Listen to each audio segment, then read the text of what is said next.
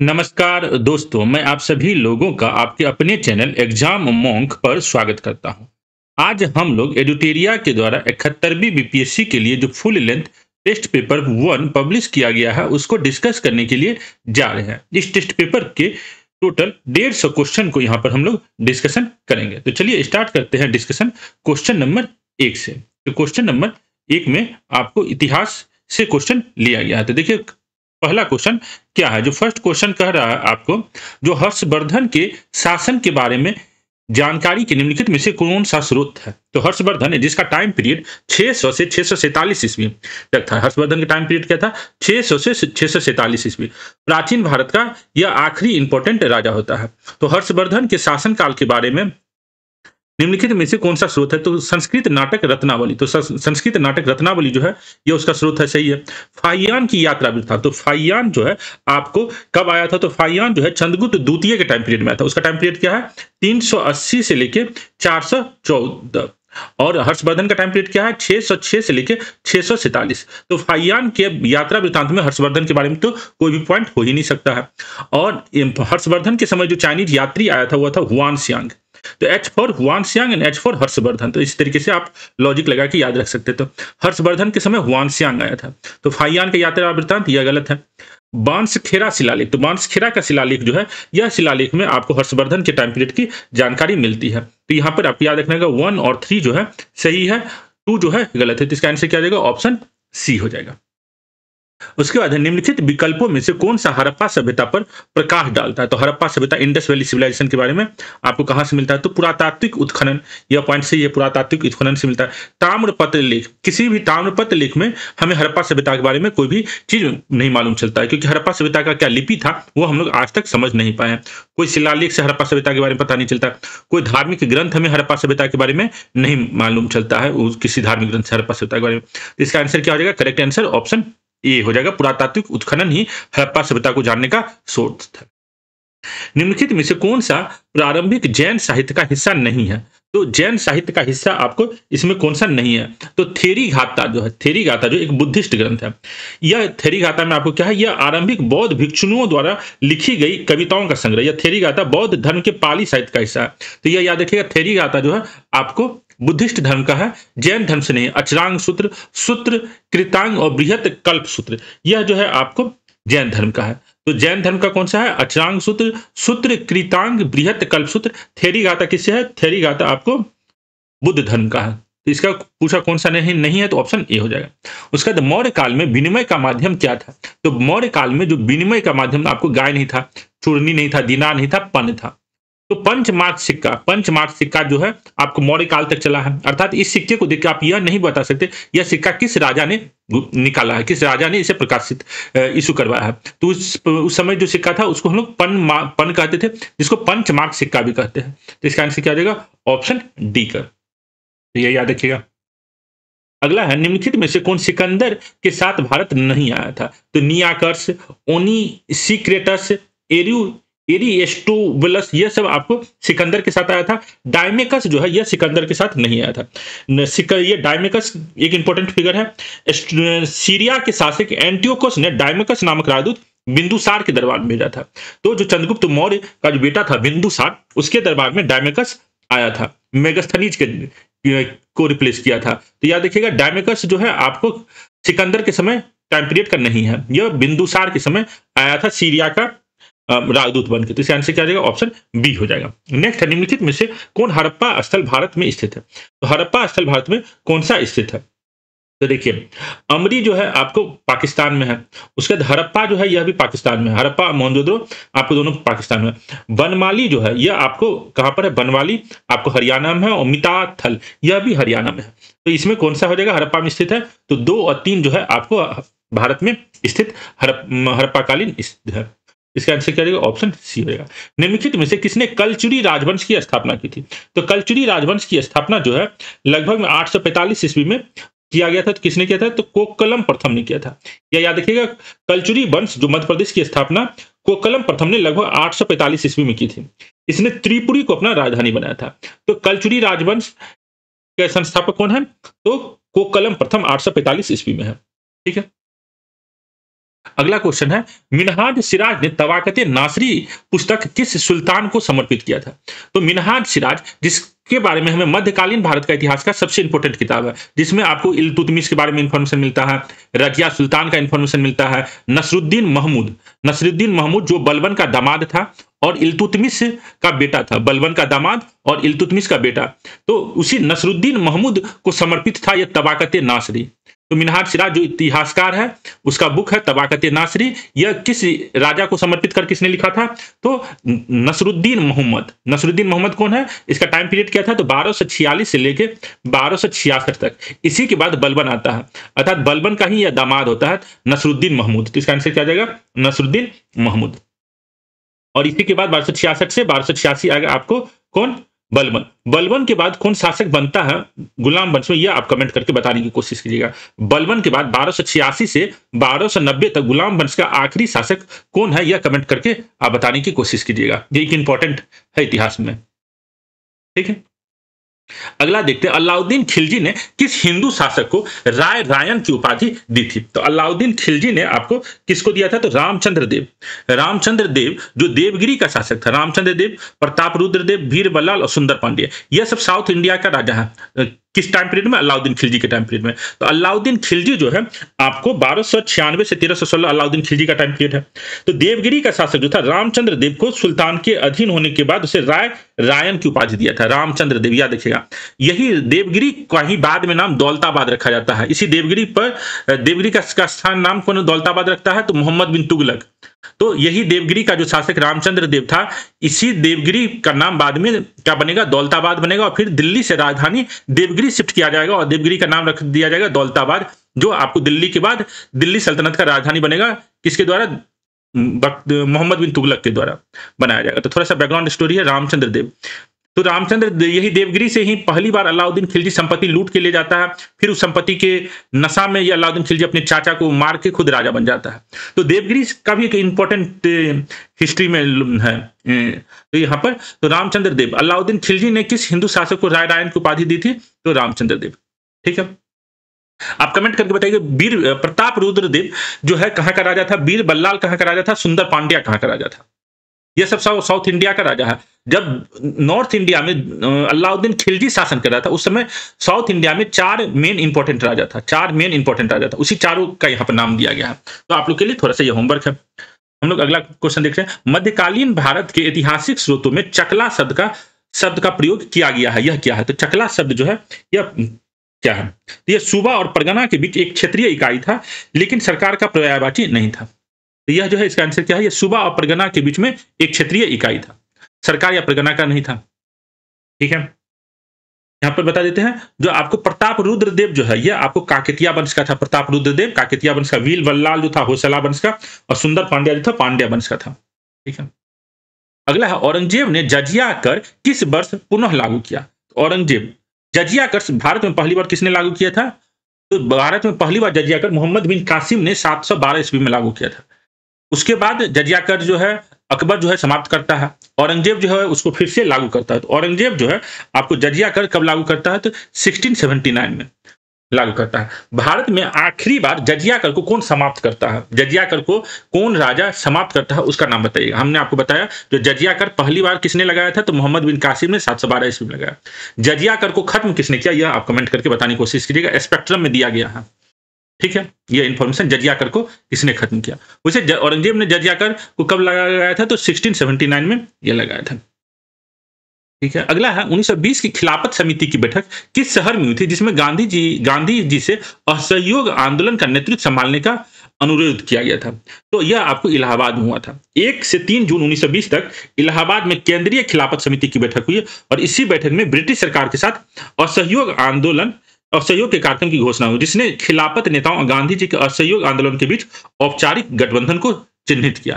तो जो यह खिलाफत आंदोलन था, इसमें गांधी जी की सक्रिय भूमिका थी और इलाहाबाद में 1 से 3 जून तक बैठक होता है, जहां पर गांधी जी से असहयोग आंदोलन का नेतृत्व संभालने का अनुरोध किया गया था। तो यह याद रखिएगा, ऑप्शन क्या हो जाएगा इसका?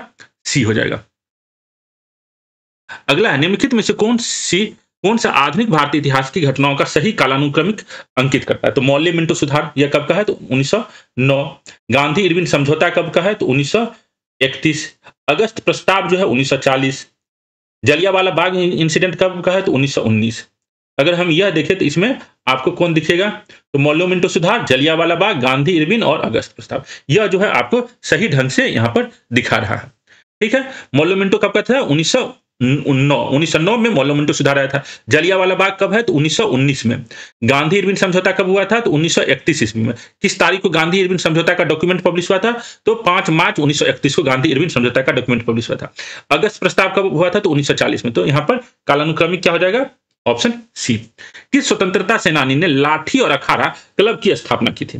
तो लाठी और अखाड़ा क्लब की स्थापना किसने किया था? तो यह किया था आपको बाल गंगाधर तिलक ने। लाठी और अखाड़ा, बाल गंगाधर तिलक ने लाठी और अखाड़ा कुश्ती दोनों क्लब की स्थापना की थी। उन्होंने भारतीय युवाओं को बहादुर और शारीरिक रूप से मजबूत बनाने के लिए इस क्लब का गठन किया था, ताकि वो ब्रिटिश शासन का विरोध कर सके। तो लाठी और अखाड़ा क्लब का स्थापना किसने किया? तो यह याद रखिएगा, यह है आपको बाल गंगाधर तिलक। ठीक है, निम्नलिखित का कालानुक्रमिक क्रम में व्यवस्थित कीजिए। तो फॉरवर्ड ब्लॉक, अगस्त प्रस्ताव, आजाद हिंद फौज का गठन, मुस्लिम लीग द्वारा मुक्ति दिवस। तो फॉरवर्ड ब्लॉक किसके द्वारा स्थापित किया जाता है? तो सुभाष चंद्र बोस को जब कांग्रेस से निकाल दिया जाता है, सुभाष चंद्र बोस को जब कांग्रेस से निकाल दिया जाता है तो वे फॉरवर्ड ब्लॉक की स्थापना करते थे। कब? 1 मई 1939। 1 मई 1939 को। अगस्त प्रस्ताव जो है आपको 8 अगस्त 1940, 8 अगस्त 1940 को आता है।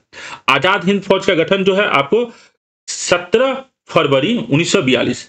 आजाद हिंद फौज, आजाद हिंद फौज कहां पर बना था? यह कमेंट करके बताइएगा। आजाद हिंद फौज जो है आपको कहां पर बना था? यह देखिए, आजाद हिंद फौज 1942 में सिंगापुर में मोहन सिंह द्वारा गठित, बाद में सुभाष चंद्र बोस ने इसका नेतृत्व किया। यह इंफॉर्मेशन एडिटोरिया ने दिया है, जो गलत इंफॉर्मेशन है। आपसे हम ये क्वेश्चन पूछे, आजाद हिंद फौज का गठन free Indian lesion, Azad Hind फौज का इंग्लिश में क्या नाम है? आजाद मतलब फ्री, हिंद का मतलब इंडियन और फौज का मतलब लीजियन। तो फ्री इंडियन लीजियन जो एक ऑर्गेनाइजेशन पहली बार कहां पर बना था? यह आप कमेंट करके बताइएगा। और इसे किसने बनाया था? जो मोहन सिंह ने जो सिंगापुर में बनाया था वह था Indian national army, INA, Indian national army, INA बनाया था मोहन सिंह ने। फ्री इंडियन लीजियन जिसको आजाद हिंद फौज कहते हैं, वो उसका गठन कब हुआ था और किसने किया था? यह कमेंट करके आप बताने का कोशिश कीजिएगा। ठीक है, मुस्लिम लीग का प्रस्ताव जो है मुक्ति किया कब हुआ था? तो यह है आपको 22 दिसंबर 1939। 22 दिसंबर 1939। इसको अगर हम लोग अरेंज करें तो क्या हो जाएगा? यहाँ पर ऑप्शन सी। तो पहले फॉरवर्ड ब्लॉक, फिर मुस्लिम लीग द्वारा मुक्ति दिवस। तो मुस्लिम बहुल प्रांतों में कांग्रेस मंत्रिमंडलों के इस्तीफे के विरोध में यह किया गया था, तो मुस्लिम लीग द्वारा मुक्ति प्रस्ताव यहां पर हो जाएगा ये। ठीक है, अगस्त प्रस्ताव और आखिर में आजाद हिंद फौज का गठन जो है। ठीक है, इसका आंसर करिएगा सी। उसके बाद भारत सरकार ने अकाल को रोकने और अकाल पीड़ितों की मदद के लिए अकाल संहिता कब लागू किया? तो अकाल संहिता जो है आपको कब लागू हुआ था? तो 1883 में। फामीन कोड जो है आपको कब आया था? तो 1883 में। भारत सरकार ने अकाल को रोकने, अकाल पीड़ितों की मदद करने के लिए पहली भारतीय अकाल आयोग की रिपोर्ट के तुरंत बाद पहला जो अकाल आयोग है कब बना था? पहला अकाल आयोग का चेयरमैन कौन था? यह कमेंट कीजिएगा। पहला अकाल आयोग कब बना था, उसका चेयरमैन कौन था, यह कमेंट कीजिएगा। और उस अकाल आयोग के रिपोर्ट के आधार पर अकाल कोड बना था, अकाल संहिता बना था। यह कब लागू हुआ? तो 1883 ईस्वी में। 1883 ईस्वी में आपको गवर्नर जनरल ऑफ इंडिया कौन था? 1883 ईस्वी में गवर्नर जनरल ऑफ इंडिया कौन था? यह आप एक बार बता सकते हैं।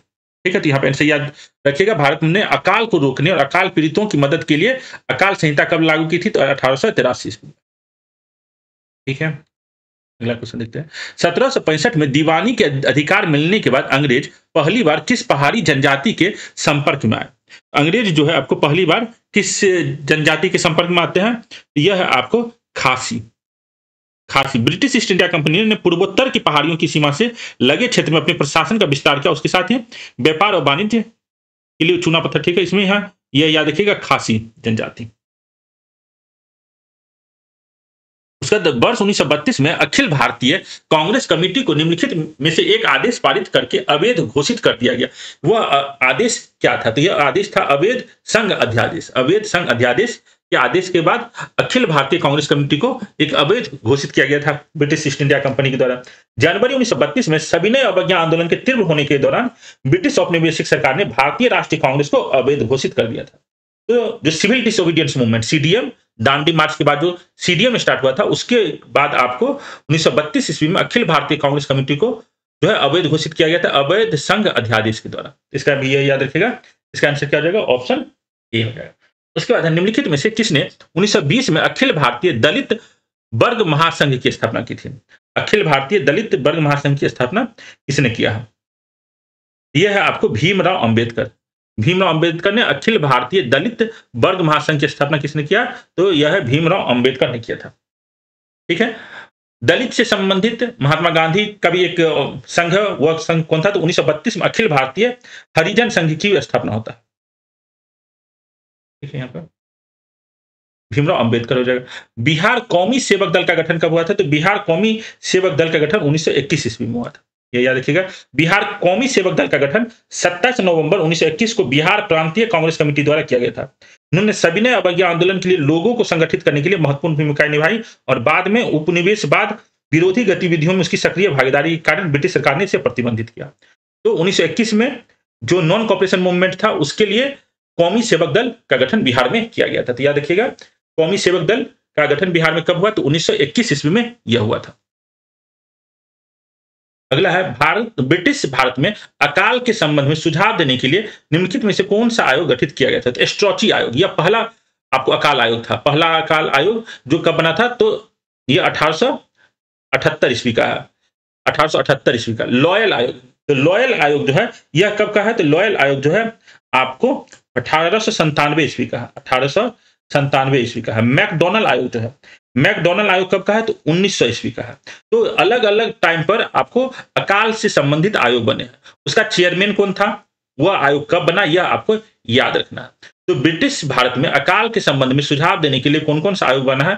तो एस्ट्रोची आयोग, लॉयल आयोग, मैकडोनल्ड आयोग, यह तीनों जो आयोग है यह अकाल से संबंधित आयोग है। तो इसका आंसर क्या रहेगा? ऑप्शन डी हो जाएगा। मैकडोनल्ड आयोग का टाइम पीरियड क्या है? 1900 ईस्वी, लॉर्ड कर्जन के समय था।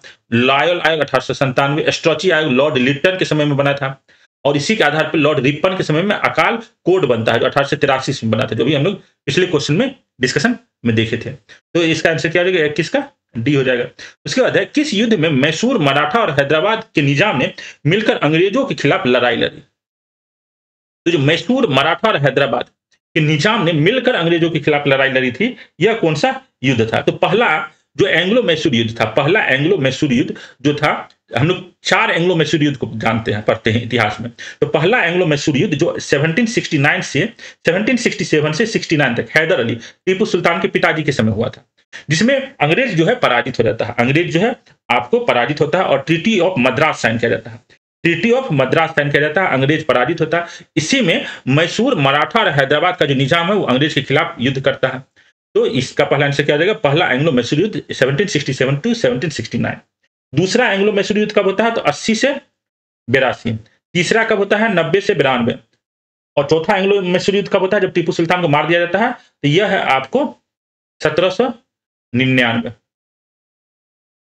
यह जो है 1799 की कहानी है, चौथा एंग्लो मैसूर। तो पहला जो है इसमें टीपू सुल्तान के पिताजी हैदर अली का हैदर अली विजित होते हैं, किसकी मदद से? मराठा हैदराबाद के निजाम। ठीक है। अगला है क्रांतिकारी गतिविधियों से संबंधित समाचार पत्रों की गलत जोड़ी को पहचाने। तो क्रांतिकारी से संबंधित समाचार पत्र है, तो जमींदार से जो है यह है आपको जफर अली खान के द्वारा। भवानी मंदिर जो है वीरेंद्र कुमार घोष के द्वारा सही है। उसके बाद संध्या जो है यह आपको सचिदेंद्र नाथ सन्याल के द्वारा नहीं है। संध्या एक क्रांतिकारी बंगाली समाचार पत्र था, लेकिन इसका संपादन सचिदेंद्र नाथ सन्याल ने नहीं किया था, बल्कि ब्रह्म बांधव उपाध्याय ने किया था। ब्रह्म बांधव उपाध्याय ने आपको संध्या अखबार पब्लिश किया था। तो यह याद रखिएगा यहाँ पर, संध्या नामक क्रांतिकारी गतिविधि से संबंधित एक अखबार है जिसका प्रकाशन किसने किया था? ब्रह्म बांधव उपाध्याय ने किया था। फ्री हिंदुस्तान तारकनाथ दास का सही है। भवानी मंदिर वीरेंद्र कुमार घोष, और जमींदार जो है यह आपको जफर अली खान से संबंधित है। ठीक है। लॉर्ड मायो के बारे में निम्नलिखित कथनों पर विचार करें। लॉर्ड मायो एकमात्र गवर्नर जनरल ऑफ इंडिया था जिसको मार दिया जाता है। कहां पर मारा जाता है? आपको अंडमान निकोबार द्वीप में। तो एकमात्र गवर्नर जनरल ऑफ इंडिया जिसको भारत में मार दिया जाता है वह है लॉर्ड मायो। तो लॉर्ड मायो भारत के 5वें वायसराय थे। तो लॉर्ड मायो आपको 4थे वायसराय थे। लॉर्ड मायो का टाइम पीरियड क्या है? 69 टू 72। 72 में अंडमान में जब यह गए थे निरीक्षण करने के लिए तो इसको मार दिया जाता है। भारत में पहली जनगणना लॉर्ड मायो के शासनकाल में हुआ था। तो यह पॉइंट आपको सही है। इसकी मृत्यु 8 फरवरी 1872 को पोर्ट ब्लेयर में हुई, उन्हें डबलिन में दफनाया गया। तो यह पॉइंट आपको सही है। इसकी मृत्यु 8 फरवरी 1872 को पोर्ट ब्लेयर में, उसे डबलिन आयरलैंड में जो है दफनाया गया। लॉर्ड मायो 1869 से 1872 तक भारत के वायसराय थे। तो यह पॉइंट आपको सही है। तो यहाँ पर जो 5वां वायसराय नहीं है, यह आपको क्या हो जाएगा, 4था वायसराय थे। तो 2, 3, 4 जो है इसका सही हो जाएगा। ठीक है, अगला क्वेश्चन देखते हैं। 1872 के विद्रोह के प्रमुख कारणों में शामिल नहीं है। तो नई शिक्षा प्रणाली का कोई संबंध नहीं है। विधवा पुनर्विवाह अधिनियम, विधवा पुनर्विवाह अधिनियम जो है यह आपको सही है, यह शामिल था विधवा पुनर्विवाह अधिनियम। नई शिक्षा प्रणाली भी आपको बहुत हद तक देखते हैं। भारतीय सैनिकों को अफगानिस्तान भेजना, यह भी है। भारतीय और अंग्रेजों के बीच अंतर विवाह को रोक लगाने वाला कानून। 1857 के विद्रोह कानून, ऐसी कानून का योगदान नहीं था। ठीक है, नई शिक्षा प्रणाली से भी लोग भी जो है को समझ में आ रहा था कि किस तरीके से भारत का शोषण हो रहा है, ये भी पॉइंट से। लेकिन भारतीय अंग्रेजों के बीच अंतर विवाह पर रोक, ऐसा कोई भी कानून नहीं था। तो यह जो है यहाँ पर इसका शामिल नहीं है। इसका आंसर क्या देगा, ऑप्शन डी हो जाएगा। ठीक है, भारतीय राष्ट्रीय कांग्रेस की पहली भारतीय महिला अध्यक्ष कौन थी? तो भारतीय राष्ट्रीय कांग्रेस की पहली महिला अध्यक्ष थी कौन, एनी बेसेंट। और पहली भारतीय महिला अध्यक्ष कौन थी? तो भारतीय महिला अध्यक्ष कौन थी? तो सरोजिनी नायडू थी। जलियांवाला बाग हत्याकांड के समय भारत का वायसराय कौन था? तो जलियांवाला बाग हत्याकांड 1919 में हुआ, उस समय वायसराय कौन थे? तो लॉर्ड चेम्सफोर्ड थे। 1916 से लेकर 1921 तक यह आपको चेम्सफोर्ड थे। 1935 में स्थापित संघीय न्यायालय के पहले मुख्य न्यायाधीश कौन थे? तो 1935 के संघीय न्यायालय के मुख्य न्यायाधीश कौन थे? तो सर मॉरिस ग्वार के थे। और 1882 ईस्वी में गठित भारतीय शिक्षा आयोग के अध्यक्ष कौन थे? तो 1854 के वुड डिस्पैच को रिव्यू करने के लिए 1882 ईस्वी में लॉर्ड रिपन के द्वारा एक कमेटी बनाया जाता है, जिसके अध्यक्ष कौन होते हैं? W Hunter. तो हंटर एक 1919 में जलियांवाला बाग कमीशन का भी एक चेयरमैन बनेगा, हंटर आयोग। और एक आपको हंटर आयोग 1882 में एजुकेशन से रिलेटेड बात को समझने के लिए बनता है। इसमें कहा जाता है लड़कियों के लिए ज्यादा स्कॉलरशिप होना चाहिए, लड़की के लिए अच्छा एजुकेशन होना चाहिए, क्योंकि लड़कियों को जो है पढ़ने लिखने में ज्यादा दिक्कत आता है। तो ये सब बातें जो है हंटर आयोग में कहा गया था। इसका आंसर आपको क्या हो जाएगा? ऑप्शन बी जो है सही मिलान है। नेक्स्ट क्वेश्चन देखते हैं। निम्नलिखित में से किसने अलीपुर संयंत्र मामले में अरबिंदो घोष का बचाव किया था? तो अरबिंदो घोष को जो है 1908 ईस्वी में जो मुजफ्फरपुर बम कांड हुआ था, मुजफ्फरपुर बम कांड, प्रफुल्ल चाकी और खुदीराम बोस के बाद जो है अरबिंदो घोष को भी जेल में डाला गया था। जिसके बाद अरबिंदो घोष जो है आपको जो पॉलिटिकल बातों से अलग हटके ये ब्रिटिश इंडियन एम्पायर को छोड़कर फ्रेंच इंडियन एम्पायर में चले जाते हैं, अर्थात वे पौंडीचेरी चले जाते हैं जब उन्हें जेल होता है। लेकिन जेल से निकालते कौन है? तो यह है आपको चित्तरंजन दास, CR दास, जो आपको एक इंपॉर्टेंट बंगाल के लीडर भी रहते हैं, CR दास। तो यह याद रखिएगा। क्वेश्चन नंबर 70 का क्या आंसर हो जाएगा? CR दास। चित्तरंजन दास ने अलीपुर संयंत्र मामले कौन है? 1908 का, जो आपको बताया मुजफ्फरपुर बम कांड, प्रफुल्ल चाकी और खुदीराम बोस से संबंधित है। तो इसके मामले में बचाव किसने किया था? अरबिंदो घोष का, चित्तरंजन दास। उसी के बाद जब ये जेल से निकलते हैं अरबिंदो घोष, तो ब्रिटिश एम्पायर को छोड़ देते हैं और कहते हैं अब हमें पॉलिटिकल बातें नहीं करना, वो फ्रेंच एम्पायर अर्थात पौंडीचेरी चले जाते हैं। इस तरीके से उनका इतिहास से नाम खत्म हो जाता है। फिर वो एक फिलोसफर बन जाते हैं, बहुत ज्यादा अपना पूरा समय किताब पढ़ने में बिताते हैं और बहुत सारा फिलोसफिकल बातें लिखते हैं। ठीक है, हंटर आयोग की रिपोर्ट को किसने बेशर्म सरकारी लिपापोती का पन्ना दर पन्ना बताया? तब हंटर आयोग फिर हम देखते थे, ये हंटर आयोग 1919 का हंटर आयोग है, ये 1882 का हंटर आयोग नहीं है। हमने आपको बताया 2 हंटर आयोग है, कंफ्यूजन नहीं करना। तो ये हंटर आयोग जो है आपको किस हंटर आयोग की बात कर रहा है? जो जलियांवाला बाग इंसिडेंट का हंटर आयोग है। तो हंटर आयोग की रिपोर्ट को किसने बेशर्म सरकारी लिपापोती का पन्ना दर पन्ना बताया? तो यह जो है आपको किसने बताया है? तो यह बताया है आपको महात्मा गांधी ने। महात्मा गांधी ने जलियांवाला बाग हत्याकांड पर हंटर आयोग की रिपोर्ट को सरकार द्वारा बेशर्मी से लिपापोती का एक के बाद एक पृष्ठ बताया। तो यह स्टेटमेंट याद रखिएगा, किसने बताया है? तो यह बताया है आपको महात्मा गांधी ने।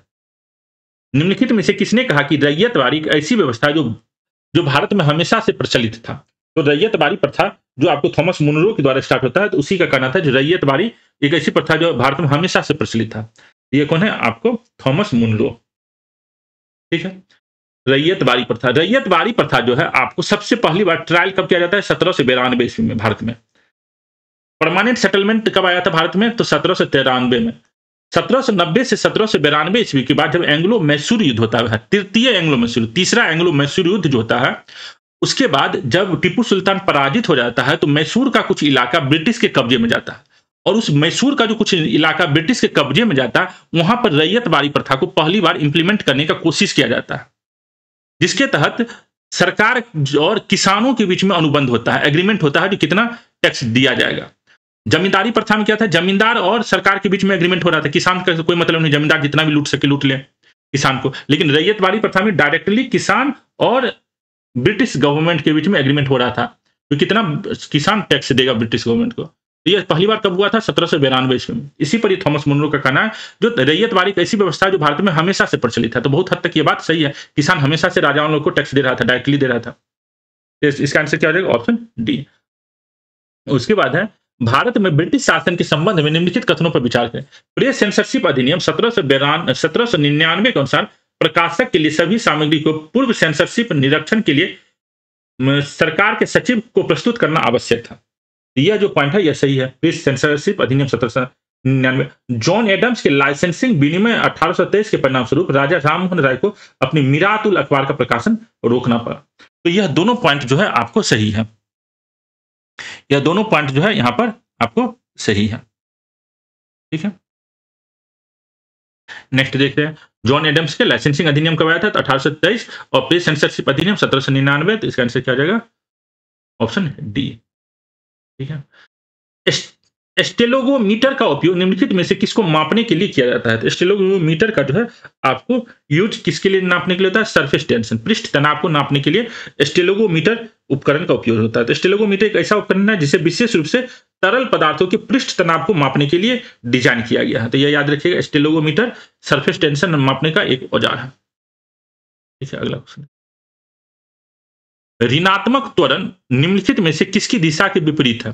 तो निगेटिव एक्सीलरेशन किसके दिशा के विपरीत होता है, तो निगेटिव एक्सीलरेशन जो है आपको वेलोसिटी के विपरीत होता है। तो वेलोसिटी, वेग इसका आंसर हो जाएगा। संवेग का मतलब होता है मोमेंटम का नहीं है, दूरी डिस्टेंस का नहीं है, फोर्स का नहीं है। तो एक्सीलरेशन का संबंध किससे है, वेलोसिटी से है। अगर निगेटिव एक्सीलरेशन होगा तो वेलोसिटी जो है वो कम होगा और वेलोसिटी इंक्रीज होगा, लेकिन निगेटिव अपोजिट डायरेक्शन होगा। तो ऋणात्मक त्वरण निम्नलिखित में से किसकी दिशा के विपरीत है, तो वेग की दिशा के विपरीत है। तो 32 का आंसर क्या जाएगा, ऑप्शन ए। परिदर्शी पेरिस्कोप किस सिद्धांत पर काम करता है। तो पेरिस्कोप जो है आपको एक ऑप्टिकल उपकरण है जिसका उपयोग छिपे हुए स्थानों से बाहर या ऊंचाई पर देखने के लिए किया जाता है। तो जैसे पनडुब्बी, टैंक और खाई से देखने के लिए पेरिस्कोप का यूज किया जाता है, और यह जो है आपको रिफ्लेक्शन के सिद्धांत पर काम करता है। तो यह भी याद रखिएगा, यह पेरिस्कोप किस सिद्धांत पर काम करता है, तो परावर्तन, जिसको रिफ्लेक्शन कहते हैं। तो ठीक है, ट्रांसफार्मर का कोर बनाने के लिए किसका उपयोग किया जाता है। तो ट्रांसफार्मर जिससे वोल्टेज को अप और डाउन किया जाता है, यह जो है सॉफ्ट आयरन का बना होता है। ट्रांसफार्मर का उपयोग ट्रांसफर का कोर बनाने के लिए किसका यूज होता है, तो यह होता है आपको सॉफ्ट आयरन का यूज होता है।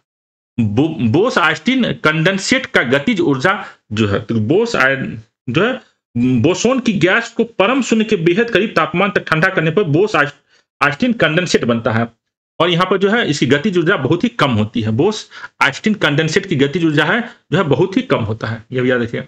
गैस को द्रव में बदलने के लिए कौन सी स्थिति सबसे अधिक उपयुक्त है। तो गैस जो है उसको द्रव में बदलने के लिए कौन सा है, तो उच्च दाब और निम्न तापमान, हाई प्रेशर लो टेम्परेचर पर जो है गैस जो है आपको द्रव में बदल जाता है। जैसे एलपीजी क्या है, गैस है, उसको द्रव में बदल कर कैसे तैयार, तो हाई प्रेशर और लो टेम्परेचर पर गैस जो है आपको लिक्विड में कन्वर्ट हो जाता है।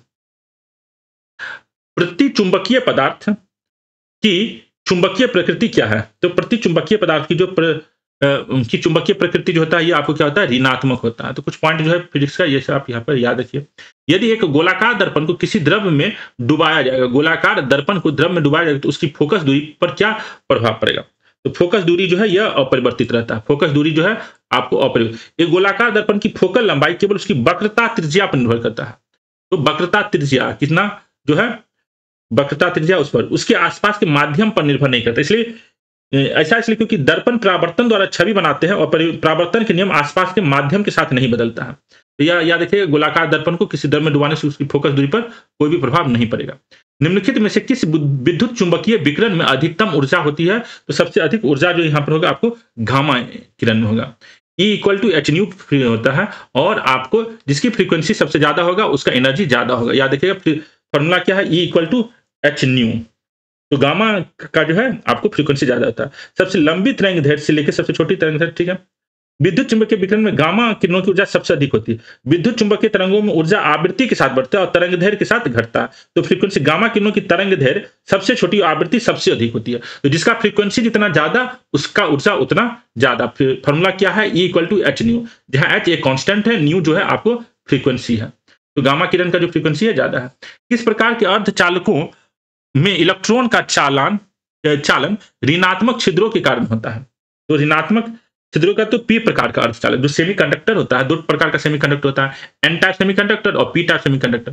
तो इसमें पूछा किस सेमीकंडक्टर में होल के कारण कंडक्टिविटी होता है? तो होल के कारण कंडक्टिविटी पी टाइप सेमीकंडक्टर में होता है, और इलेक्ट्रॉन के अधिकता के कारण जो कंडक्टिविटी होता है वो होता है एन टाइप। यहाँ कर रहा है रिक्तियों को ही अंग्रेजी में होल कहते हैं। तो ऋणात्मक छिद्रों के कारण होता है तो पी टाइप के अर्धचालक। ये सेमीकंडक्टर पर क्वेश्चन है, अच्छा क्वेश्चन है। फिनॉल का 1% घोल है, तो फिनॉल का 1% घोल जो है कीटनाशक। फिनॉल का 1% घोल क्या होता है? कीटनाशक। फिनॉल का 1% घोल कीटनाशक के रूप में काम किया जाता है, न कि एंटीसेप्टिक। तो फिर फिनॉल का 1% घोल हम लोग कीटनाशक के रूप में यूज करते हैं। ठीक है, नेक्स्ट क्वेश्चन देखते हैं। निम्नलिखित में से किसका अपवर्तनांक सबसे अधिक है? तो यह जो है आपको रिफ्रैक्टिव इंडेक्स सबसे अधिक किसका है? तो कांच का यहाँ पर है। तो ये याद रखिएगा, कांच का। ठीक है, कांच का कितना है? 1.5 से 1.54 तक है। हिमाया हो जाता है रिफ्रैक्टिव इंडेक्स। पायरेक्स ग्लास को अधिक मजबूत बनाने के लिए इसमें से निम्नलिखित में से क्या मिलाया जाता है? तो पायरेक्स ग्लास को अधिक मजबूत बनाने के लिए बोरोक्स मिलाया जाता है। यह भी इंफॉर्मेशन है। पायरेक्स ग्लास एक प्रकार का बोरोसिलिकेट ग्लास है, जिसे बोरोन यौगिक, विशेष रूप से बोरोक्स को ग्लास मिश्रण में मिलाकर बनाया जाता है। ठीक है, निम्नलिखित में से कौन सा गुण आवर्त सारणी में तत्व की स्थिति के अधीन नहीं है? तो एलिमेंट के स्थिति के अधीन कौन सा नहीं है? तो तत्व का रंग।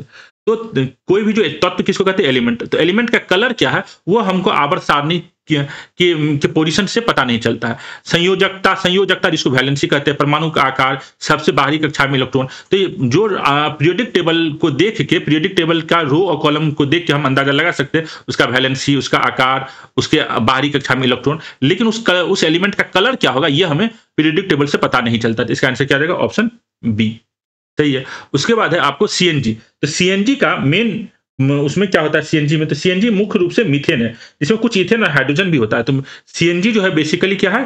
तो मीथेन और ईथेन और हाइड्रोजन। कोयला गैस जो है, या कोयला गैस क्या है? हाइड्रोजन, मीथेन और कार्बन मोनोऑक्साइड होता है। तो कोयला गैस क्या है? इसमें कोयला गैस, हाइड्रोजन, मीथेन और कार्बन मोनोऑक्साइड। एलपीजी जो है प्रोपेन और ब्यूटेन, ये तो सब बच्चों को भी मालूम होता है। और जल गैस जो है कार्बन मोनोऑक्साइड और हाइड्रोजन से बनता है। तो जल गैस किससे होता है? कार्बन मोनोऑक्साइड और हाइड्रोजन से। तो साइंस का जो टॉपिक का क्वेश्चन है वो आपको प्रैक्टिस से ही होगा। जितना टेस्ट पेपर आप बनाइएगा उतना आप आसानी से क्वेश्चन को एग्जाम में सॉल्व कर पाइएगा। डायरेक्टली बुक पढ़ने से उतना बेनिफिट नहीं, जितना साइंस टॉपिक का टेस्ट पेपर को डिस्कशन करने से होता है। तो प्रोटियम, तो ये वाला क्वेश्चन आपका हो गया। अब है प्रोटियम में कितने प्रोटॉन मौजूद होते हैं? तो हाइड्रोजन का जो प्रोटियम है, यह इसमें कितने न्यूट्रॉन मौजूद होते हैं? तो न्यूट्रॉन इसमें 0 मौजूद होता है। प्रोटियम में कोई भी न्यूट्रॉन नहीं मौजूद होता है। प्रोटियम हाइड्रोजन का सबसे आम समस्थानिक, इसके नाभिक में कोई न्यूट्रॉन नहीं होता है।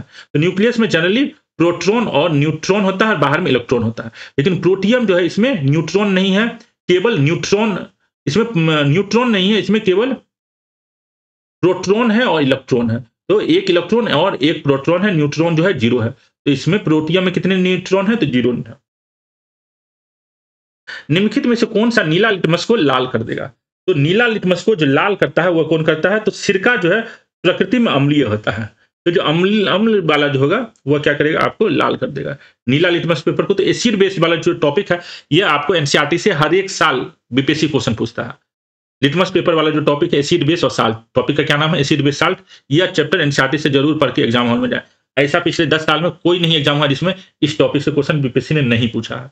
5 पेज का चैप्टर है, लेकिन क्वेश्चन उससे एक बार तो कम से कम 10 नहीं 6-7 क्वेश्चन एक ही चैप्टर से पूछा गया है। यह बहुत इंपॉर्टेंट है लिटमस पेपर। नीला लिटमस पेपर को लाल कौन कर देगा? तो सिरका। अम्ल नीले लिटमस पेपर को लाल कर देता है। याद रखिएगा, अम्ल जो एसिड होता है वह नीले लिटमस पेपर को लाल कर देता है, जबकि क्षार जो है लाल लिटमस पेपर को नीला कर देगा। तो यहाँ कर रहा है नीला लिटमस पेपर को लाल कौन करेगा? तो नीला लिटमस पेपर को लाल कौन करता है? तो नीले लिटमस पेपर को लाल कोई भी एसिड करेगा, अर्थात अम्ल करेगा। तो सिरका जो है आपको एक अम्ल है जो क्या करेगा? नीले लिटमस पेपर को लाल कर देगा। ठीक है, केलामाइन एक खनिज है, इसका रासायनिक सूत्र क्या है? तो ZnCO3 जो है केलामाइन का रासायनिक सूत्र है। ये याद रखिएगा, जिंक कार्बोनेट को ही केलामाइन कहते हैं। उसके बाद है क्रैकिंग, प्रगलन, हाइड्रोजनीकरण और वल्कनीकरण। तो यह जो है, ये कैसे होता है देखिए। क्रैकिंग पेट्रोलियम रिफाइनिंग में एक प्रक्रिया है जिसका उपयोग बड़े हाइड्रोकार्बन अणुओं को गैसोलीन और डीजल जैसे छोटे अधिक उपयोगी अणुओं में तोड़ने के लिए किया जाता है। तो क्रैकिंग का संबंध किससे है? तो पेट्रोलियम। तो क्रैकिंग क्या है? पेट्रोलियम रिफाइनिंग का एक प्रक्रिया जिसमें जो बड़े आपको हाइड्रोकार्बन अणु है उसको तोड़ के छोटे हाइड्रोकार्बन अणु में परिवर्तित किया जाता है। प्रगलन एक प्रक्रिया है जिसका उपयोग धातुओं को उसके अयस्क से निकालने के लिए किया जाता है। तो जैसे जो आमतौर पर तांबे के निष्कर्षण से जुड़ा हुआ है, तो प्रगलन जो है आपको तांबे से जुड़ा हुआ है। हाइड्रोजनीकरण का उपयोग असंतृप्त वसा को संतृप्त वसा में बदलने के लिए होता है। तो हाइड्रोजनीकरण जो है आपको खाद्य वसा से संबंधित है। और बल्कनीकरण का संबंध किससे है? तो रबर से। बल्कनीकरण रबर के गुणों जैसे लोच और मजबूत को बेहतर बनाने के लिए किया जाता है। यह भी इसका आंसर क्या जाएगा? आपको 49 का ऑप्शन बी हो जाएगा। ठीक है। उसके बाद है स्थिर तापमान पर किसी गैस के निश्चित द्रव्यमान का आयतन कम करने पर दाब जो है बढ़ेगा कि घटेगा? तो देखिए, अगर टेम्परेचर कांस्टेंट है और उसका हम वॉल्यूम जो है और किसी गैस का निश्चित द्रव्यमान, टेम्परेचर कांस्टेंट है, मास कांस्टेंट है, स्थिर तापमान पर किसी गैस के निश्चित द्रव्यमान का आयतन बढ़ने पर, तो वॉल्यूम जो अगर बढ़ेगा, तो वॉल्यूम बढ़ने पर क्या होगा? आयतन कम करने पर दाब जो है बढ़ेगा। आयतन को अगर हम कम कर रहे हैं तो दाब जो है आपको बढ़ेगा। तो टेम्परेचर अगर कांस्टेंट है for a given mass of gas और वॉल्यूम को हम क्या करें? कम कर रहे, तो प्रेशर जो है बढ़ेगा। इससे यह जो रिलेशन, इसको क्या कहते हैं? Boyle's law. तो बॉयल्स लॉ कहता है अगर टेम्परेचर कांस्टेंट है for a given mass of gas और वॉल्यूम को हम कम कर रहे हैं तो प्रेशर बढ़ेगा। ये आप थोड़ा सा लॉजिकली भी आपको समझ में आ जाएगा। वह सबसे छोटा जीव कौन सा है जो अपने आप विकसित और प्रजनन करने में सक्षम है? तो वह कौन सा है? माइकोप्लाज्मा। वायरस तो जीवित होता ही नहीं है। वायरस निर्जीव या सजीव के बीच की कड़ी है। वायरस न तो सजीव है न तो निर्जीव है। यह डिपेंड करता है जो वायरस कहां पर है। तो वायरस सजीव की कैटेगरी में नहीं आता है। बैक्टीरिया से छोटा होता है आपको माइकोप्लाज्म। तो माइकोप्लाज्म भी एक इंपॉर्टेंट है, बीपीएससी कई बार माइकोप्लाज्म पर क्वेश्चन पूछा है। तो यह याद रखिएगा, माइकोप्लाज्म वह सबसे छोटा जीव है जो अपने आप विकसित और प्रजनन करने में सक्षम है। ठीक है। फूलों का प्रजनन भाग कौन सा है? तो फूलों का प्रजनन भाग जो है आपको क्या कहलाता है? पुंकेश्वर और अंडप। पुंकेश्वर और अंडप, ये याद रखिएगा। शरीर की वृद्धि और नई कोशिकाओं के निर्माण के लिए सबसे आवश्यक पोषक तत्व कौन सा है? तो शरीर की वृद्धि और नई कोशिकाओं के निर्माण के लिए आपको कौन सा है जरूरी? तो प्रोटीन। प्रोटीन जो है आपको शरीर की वृद्धि और नई कोशिकाओं के निर्माण के लिए है। नींद की बीमारी किस जानवर के कारण होता है? तो नींद की बीमारी जो है ट्रिपनोसोमिया के कारण आपको नींद की बीमारी होता है। ट्रिपनोसोमिया स्लीपिंग सिकनेस के कारण होता है। ठीक है। उसके बाद है mRNA वैक्सीन निम्नलिखित में से किससे संबंधित है? mRNA जो है आपको कोरोना वायरस से संबंधित है। कोरोना वायरस जो है mRNA वैक्सीन व्यापक रूप से जाने जाने लगे। इन्हें पहली बार कोविड-19 महामारी के दौरान कोरोना वायरस के संक्रमण को रोकने के लिए यूज हुआ था। तो mRNA वैक्सीन का यूज कोरोना वायरस से संबंधित है। निम्नलिखित में से कौन सा मादक दर्दनाशक दवा है? तो कौन सा मादक दर्द है? तो यह है मॉर्फिन। मॉर्फिन जो है एक मादक दर्दनाशक दवा है। तो इसका आंसर करिएगा मॉर्फिन। कौन सा वर्णक पौधे को परावैंगनी किरणों के हानिकारक प्रभावों से बचाता है? तो आपको कैरोटीनॉइड जो है आपको पौधे को परावैंगनी किरणों के हानिकारक प्रभावों से बचाता है। तो यह है कैरोटीनॉइड। निम्नलिखित में से किस प्रक्रिया में ऊष्मा ऊर्जा उत्पन्न होती है? एनर्जी जो है आपको उत्पन्न होती है। इसका आंसर क्या होगा? श्वसन। जब हम लोग सांस लेते हैं तो इसमें ऊष्मा ऊर्जा जो है जनरेट होता है। निम्नलिखित में से किसने बताया कि कोशिकाएं विभाजित होती है और मौजूद कोशिकाओं के विभाजन से नई कोशिकाएं बनती है? तो सेल थ्योरी के बारे में किसने बताया? जो सेल थ्योरी, जो मौजूदा कोशिका जो है नई कोशिकाएं जो है मौजूदा कोशिकाओं से बनती है। तो यह स्टेटमेंट बिर्चो का है। 1855 ईस्वी में जर्मन वैज्ञानिक रूडोल्फ बिर्चो ने यह बात कहा था। इस अवधारणा के अनुसार सभी जीवित कोशिकाएं पहले से मौजूद कोशिकाओं के विभाजन से ही बनता है। ठीक है। अगला क्वेश्चन, पौधे में लचीलापन किस उत्तक के कारण आता है? तो पौधे का जो उत्तक है उसमें से लचीलापन कौन सा उत्तक देता है? तो इसका आंसर आपको क्या हो जाएगा? कॉलेनकैमा। कॉलेनकैमा जो है आपको लचीलापन देता है। एस्केलेरेनकैमा जो है यह आपको डेड होता है। पेरेनकैमा भी एक प्रकार का उत्तक है। एरेनकैमा भी एक प्रकार का उत्तक है जो आपको समुद्र में पाए जाने वाले पौधे में एरेनकेमा होता है। तो ये सब आपको पौधे में पाए जाने वाले उत्तक का नाम है, जिसमें कॉलनकेमा जो है पौधे को लचीलापन देता है। हम यहाँ ज़्यादा डिस्कशन नहीं कर रहे हैं, आप लोग देख लीजिएगा। पहले भी कई बार हम एरेनकेमा, स्केलेनकेमा सबको डिस्कशन किए हैं। अगला है पंचायती राज संस्थाओं में अनुसूचित जातियों और अनुसूचित जनजातियों के लिए आरक्षण किस अनुच्छेद के तहत प्रदान किया जाता है? तो आपको जो ग्राम पंचायत है, पंचायती राज से संबंधित आर्टिकल कौन सा है? 243 से लेकर 243 ओ जो है आपको पंचायती राज से संबंधित आर्टिकल है। इसमें जो है ग्राम पंचायत में आरक्षण की बातें जो करता है, यह है आरक्षण 243 डी। तो याद रखिएगा, भारतीय संविधान के अनुच्छेद 243 डी में प्रत्येक पंचायत में अनुसूचित जाति और अनुसूचित जनजाति के लिए सीटों का आरक्षण का प्रावधान है। महिलाओं के लिए भी सीटों का प्रावधान है। तो आरक्षण जो है पंचायती राज में, उसका प्रावधान किस आर्टिकल में है? तो 243 डी में है। निम्नलिखित में से कौन सा युग्म सही सुमेलित नहीं है? इसमें कह रहा है कौन सा सही ढंग से सुमेलित नहीं है।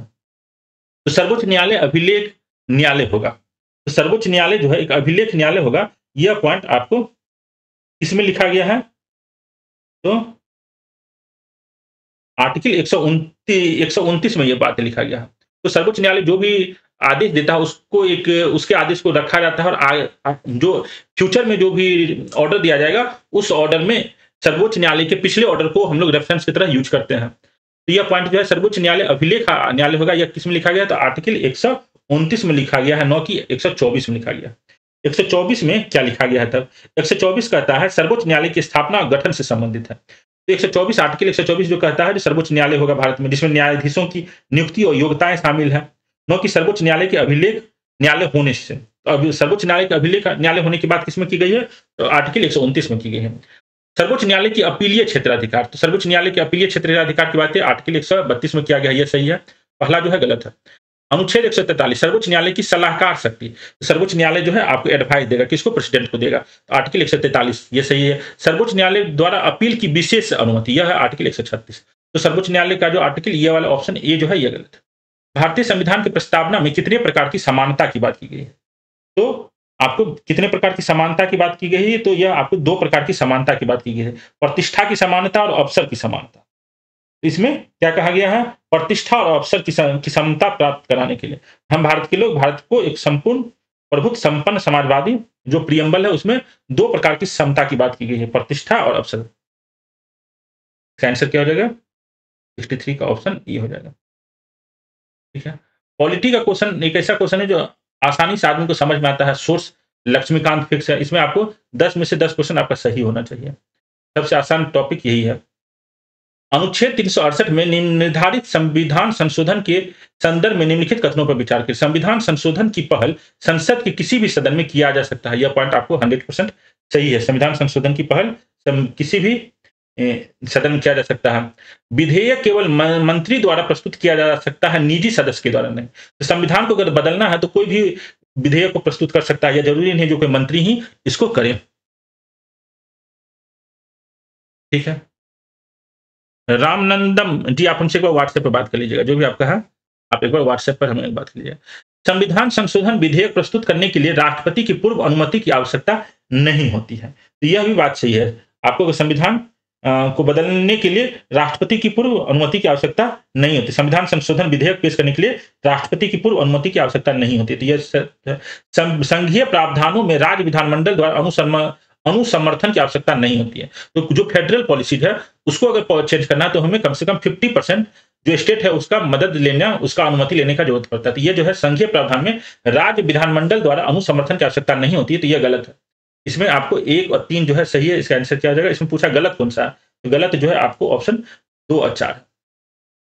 ठीक है। राष्ट्रीय अनुसूचित जनजाति आयोग के अध्यक्ष उपाध्यक्ष के अलावा कुल सदस्य की संख्या कितनी है? तो 3 है। देखिए, राष्ट्रीय अनुसूचित जनजाति आयोग जो है आपको किस आर्टिकल में? तो 338 ए में है। तो 338 ए में आपको आयोग की संरचना की गई, जिसमें 1 अध्यक्ष होगा, दूसरा उपाध्यक्ष होगा, 3 अन्य सदस्य होंगे। तो जो है इसमें टोटल कितने सदस्य की अवधारणा की गई? तो 3 सदस्य की। तो ये याद रखिएगा आपको कितने सदस्य है? 3 सदस्य। इन सभी की नियुक्ति कौन करेगा? तो राष्ट्रपति करेगा। ये कहां पर लिखा गया? तो आर्टिकल 338 ए में। निम्नलिखित में से किस शासन प्रणाली में द्विसदनीय प्रणाली एक अनिवार्य विशेषता है? तो द्विसदनीय प्रणाली जो है आपको एकात्मक यूनिटरी में नहीं होता है। संसदीय प्रणाली जो है राष्ट्रपति प्रणाली में भी द्विसदनीय नहीं होता है। संघीय प्रणाली जो फेडरल जो सिस्टम होता है उसमें द्विसदनीय प्रणाली होता है। तो ये आपको ऑप्शन क्या हो जाएगा? 66 का ऑप्शन ये हो जाएगा। निम्नलिखित में से कौन सा मौलिक कर्तव्य, कौन सा फंडामेंटल ड्यूटी है? फंडामेंटल ड्यूटी कब ऐड हुआ था? तो 42nd अमेंडमेंट एक्ट 1976 के द्वारा कॉन्स्टिट्यूशन में फंडामेंटल ड्यूटी ऐड हुआ था, जो आज के डेट में कितना है? 11 फंडामेंटल ड्यूटी है। तो कार्यपालिका को न्यायपालिका से अलग करना, यह जो है आपको फंडामेंटल ड्यूटी नहीं है। कार्यपालिका को न्यायपालिका से अलग करना यह डीपीएसपी है, जो आपको आर्टिकल 50 में है। कार्यपालिका को न्यायपालिका से, एग्जीक्यूटिव को जुडिशरी से अलग करना एक डीपीएसपी है, न कि मौलिक कर्तव्य। तो यह पॉइंट गलत है, ये आर्टिकल 50 है। हमारी मिश्रित संस्कृति की समृद्ध विरासत को संरक्षित और उसका महत्व समझना, यह सही है। हमारे भारत का जो मिश्रित संस्कृति और समृद्ध विरासत है उसको संरक्षित रखना हम सभी भारतीयों का मौलिक कर्तव्य है। बच्चों को निःशुल्क और अनिवार्य शिक्षा, बच्चों को निःशुल्क और अनिवार्य शिक्षा जो है यह आर्टिकल कितना में दिया गया है? तो अनुच्छेद 21(a) के तहत है। तो यह आपको यह जो है मौलिक कर्तव्य नहीं है। अस्पृश्यता की प्रथा का उन्मूलन, तो अनटचेबिलिटी तो आपका फंडामेंटल राइट्स में के अंतर्गत आता है, जो अनटचेबिलिटी हम लोग प्रैक्टिस नहीं कर सकते। तो मौलिक कर्तव्य का ऐसे नहीं है। तो मौलिक कर्तव्य क्या? फंडामेंटल ड्यूटी, ऑप्शन बी हो जाएगा। हमारी मिश्रित संस्कृति की समृद्ध विरासत को संरक्षित करना, उसका महत्व। उसके बाद है भारत के नियंत्रक और महालेखा परीक्षक किसके लिए मुख्य लेखाकार और लेखा परीक्षक के रूप में कार्य करते हैं? तो जो कैग है ये किसके लिए काम करते हैं? तो संघ और राज्य सरकार, सेंट्रल और स्टेट गवर्नमेंट के लिए मुख्य लेखाकार और लेखा परीक्षक के रूप में काम करता है। तो 68 का क्या आंसर होगा? संघ और राज्य सरकार दोनों के लिए यह काम करता है। ठीक है। भारतीय संविधान की 5वीं अनुसूची किन 4 राज्यों को छोड़कर सभी राज्यों में अनुसूचित क्षेत्र और अनुसूचित जनजातियों के प्रशासन और नियंत्रण से संबंधित है? तो यह जो है इसका फॉर्मूला क्या है? EMTM। EMTM इसका फॉर्मूला है याद रखने का। इसका आंसर क्या हो जाएगा? ऑप्शन बी, असम, मेघालय, त्रिपुरा और मिजोरम। तो जो शेड्यूल 5 है, हमारे कॉन्स्टिट्यूशन टोटल 12 शेड्यूल है, उसमें शेड्यूल 5 जो है उसमें किस 4 राज्यों को छोड़कर सभी राज्यों में अनुसूचित क्षेत्र और अनुसूचित जनजाति के प्रशासन और नियंत्रण की संबंधित है? तो यह है आपको असम, मेघालय, त्रिपुरा। शेड्यूल 6 जो है यह जो है असम, मेघालय, त्रिपुरा और मिजोरम से संबंधित है। शेड्यूल 5 इस EMTM के अलावा सभी के लिए है और शेड्यूल 6 जो है वो EMTM के लिए है। EMTM का मतलब असम, मेघालय, त्रिपुरा और मिजोरम। तो ये याद रखिएगा। इसका आंसर क्या हो जाएगा? ऑप्शन बी हो जाएगा। भारत में न्यायपालिका द्वारा रीट जारी करने का प्रावधान किस देश से लिया गया है? तो किस देश से हम कॉन्स्टिट्यूशन में क्या लिए हैं, यह एक इंपॉर्टेंट टॉपिक है। हर एक साल एग्जाम में ये क्वेश्चन पूछा जाता है, जो हमारे कॉन्स्टिट्यूशन में किस देश से क्या लिया गया है। अभी जो DSO का एग्जाम हुआ था उसमें भी इस पैटर्न पर क्वेश्चन था। तो ये याद रखिएगा। भारत में न्यायालय द्वारा रीट प्रोविजन हमने कहां से लिया है? तो ब्रिटेन से लिया है। केलकर समिति जो है आपको इससे संबंधित है। तो केलकर समिति जो है सार्वजनिक निजी भागीदारी मॉडल से है। LK झा समिति जो है अप्रत्यक्ष कर से संबंधित है। LK झा ये कब का समिति है? तो 1986 के में LK झा समिति बना था। सुखमय चक्रवर्ती समिति जो है मौद्रिक प्रणाली पर पुनर्विचार से संबंधित है। सुखमय चक्रवर्ती, यहाँ पर ये तीनों जो है ऑप्शन सही है। जब किसी वस्तु पर सब्सिडी दी जाती है तो बाजार मूल्य लागत पर क्या प्रभाव पड़ेगा? तो बाजार मूल्य लागत पर बाजार मूल्य जो है कम हो जाता है। सब्सिडी देने पर से क्या होता है कि किसी चीज का जो सब्सिडी से जो एक्चुअल उसका कीमत होना चाहिए उससे उस चीज का दाम कम हो जाता है। जैसे LPG पर हमें सब्सिडी मिलता है तो बाजार मूल्य से कम दाम पर हम लोग सब मिलता है। तो सब्सिडी देने से बाजार मूल्य लागत पर क्या प्रभाव होगा? तो यह घटेगा। ठीक है। सब्सिडी से किसानों को बहुत चीजों पर सब्सिडी मिलता है। राष्ट्रीय आय अनुमान का पहला सरकारी डेटा मूल्यांकन कब जारी किया गया था? तो राष्ट्रीय आय अनुमान का पहला सरकारी डाटा कब प्रकाशित हुआ था? तो 1948-49 में प्रकाशित हुआ था। तो यह भी एक इंफॉर्मेशन याद रखिएगा।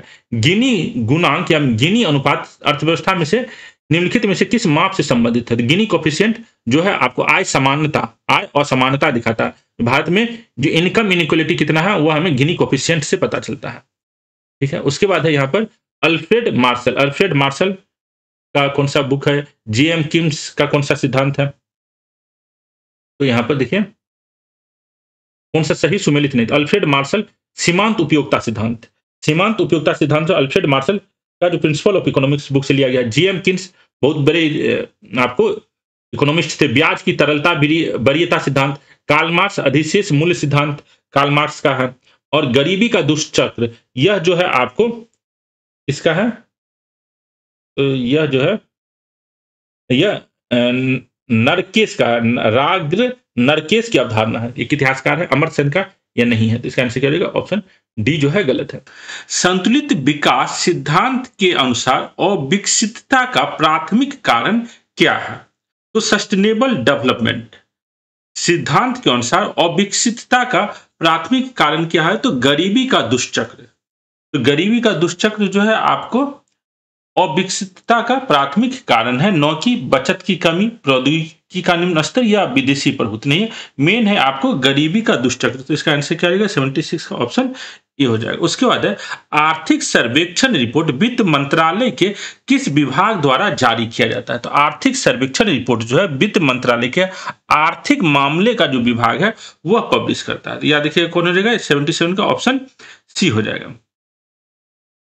उसके बाद भारतीय मानव विकास रिपोर्ट हर साल गांवों के लिए निम्नलिखित नहीं देती है। तो आपको भारतीय मानव विकास रिपोर्ट जो है हर साल गांव के लिए पब्लिश होता है, इसमें कौन सा इंफॉर्मेशन नहीं होता है? तो बेरोजगारी से संबंधित सूचकांक नहीं होता, आपको बुनियादी ढांचा और सुविधाएं सूचकांक होता है, शिक्षा से संबंधित होता है, स्वास्थ्य से संबंधित होता है, बेरोजगारी से संबंधित सूचकांक इसमें नहीं होता है। तो इसका आंसर क्या रहेगा? 78 का डी हो जाएगा। उसके बाद है बैंकों को अपनी नगद शेष और कुल परिसंपत्तियों के बीच एक निश्चित अनुपात बनाए रखना होता है, इसे क्या कहते हैं? तो नगद शेष और कुल संपत्तियों के बीच जो एक निश्चित अनुपात बैंक को बनाए रखना था उसको क्या कहते हैं? एसएलआर कहते हैं।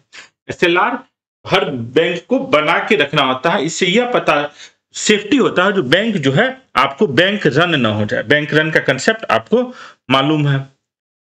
अगर नहीं मालूम है तो जरूर कमेंट करके बताएं, हम अगली वीडियो में आपको बैंक रन का कंसेप्ट तब एक्सप्लेन करेंगे। उसके बाद है गिफन वस्तुओं का मांग वक्र है। तो डिमांड कर्व जो गिफन वस्तु का है वह कैसा होता है? तो ऊपर की ओर झुका रहता है। जितना दाम जो है बढ़ेगा उतना जो है गिफन वस्तुओं का जो डिमांड है बढ़ता रहेगा। इन जनरल क्या होता है, जैसे ही किसी वस्तु का दाम बढ़ता है तो उसका डिमांड जो है कम होता है। दाम बढ़ेगा तो डिमांड कम होगा, लेकिन कुछ वस्तुएं ऐसा है जिसका दाम बढ़ने पर उसका डिमांड जो है ना बढ़ता है। जैसे मान लीजिए आलू है या चावल है, उसका दाम बढ़ने पर ऐसा नहीं हो जो उसका डिमांड कम हो जाएगा। आलू चावल ये सब कुछ नेसेसरी चीज है जिसका दाम बढ़ने पर उसका डिमांड भी जो है और बढ़ जाता है। तो गिफन वस्तु का जो डिमांड कर्व है, मांग वक्र जो है ऊपर की ओर झुका हुआ है, और जनरल जो वस्तु होता है उसका डिमांड कर्व क्या होता है? नीचे की ओर झुका होता है। तो गिफन वस्तुएं का जो डिमांड कर्व है वो ऊपर की ओर झुका होता है। तो इसका आंसर क्या हो जाएगा? ऑप्शन ए हो जाएगा। पृथ्वी के आंतरिक भाग में उच्च दाब और दबाव के कारण कौन सा चट्टान का निर्माण होता है? तो उच्च ताप और दाब के कारण आप कौन सा चट्टान का निर्माण होता है? तो यह है आपको कायांतरित चट्टान। कौन सा चट्टान है? यह है आपको मेटामॉर्फिक चट्टान। इसका आंसर क्या हो जाएगा? कायांतरित चट्टान।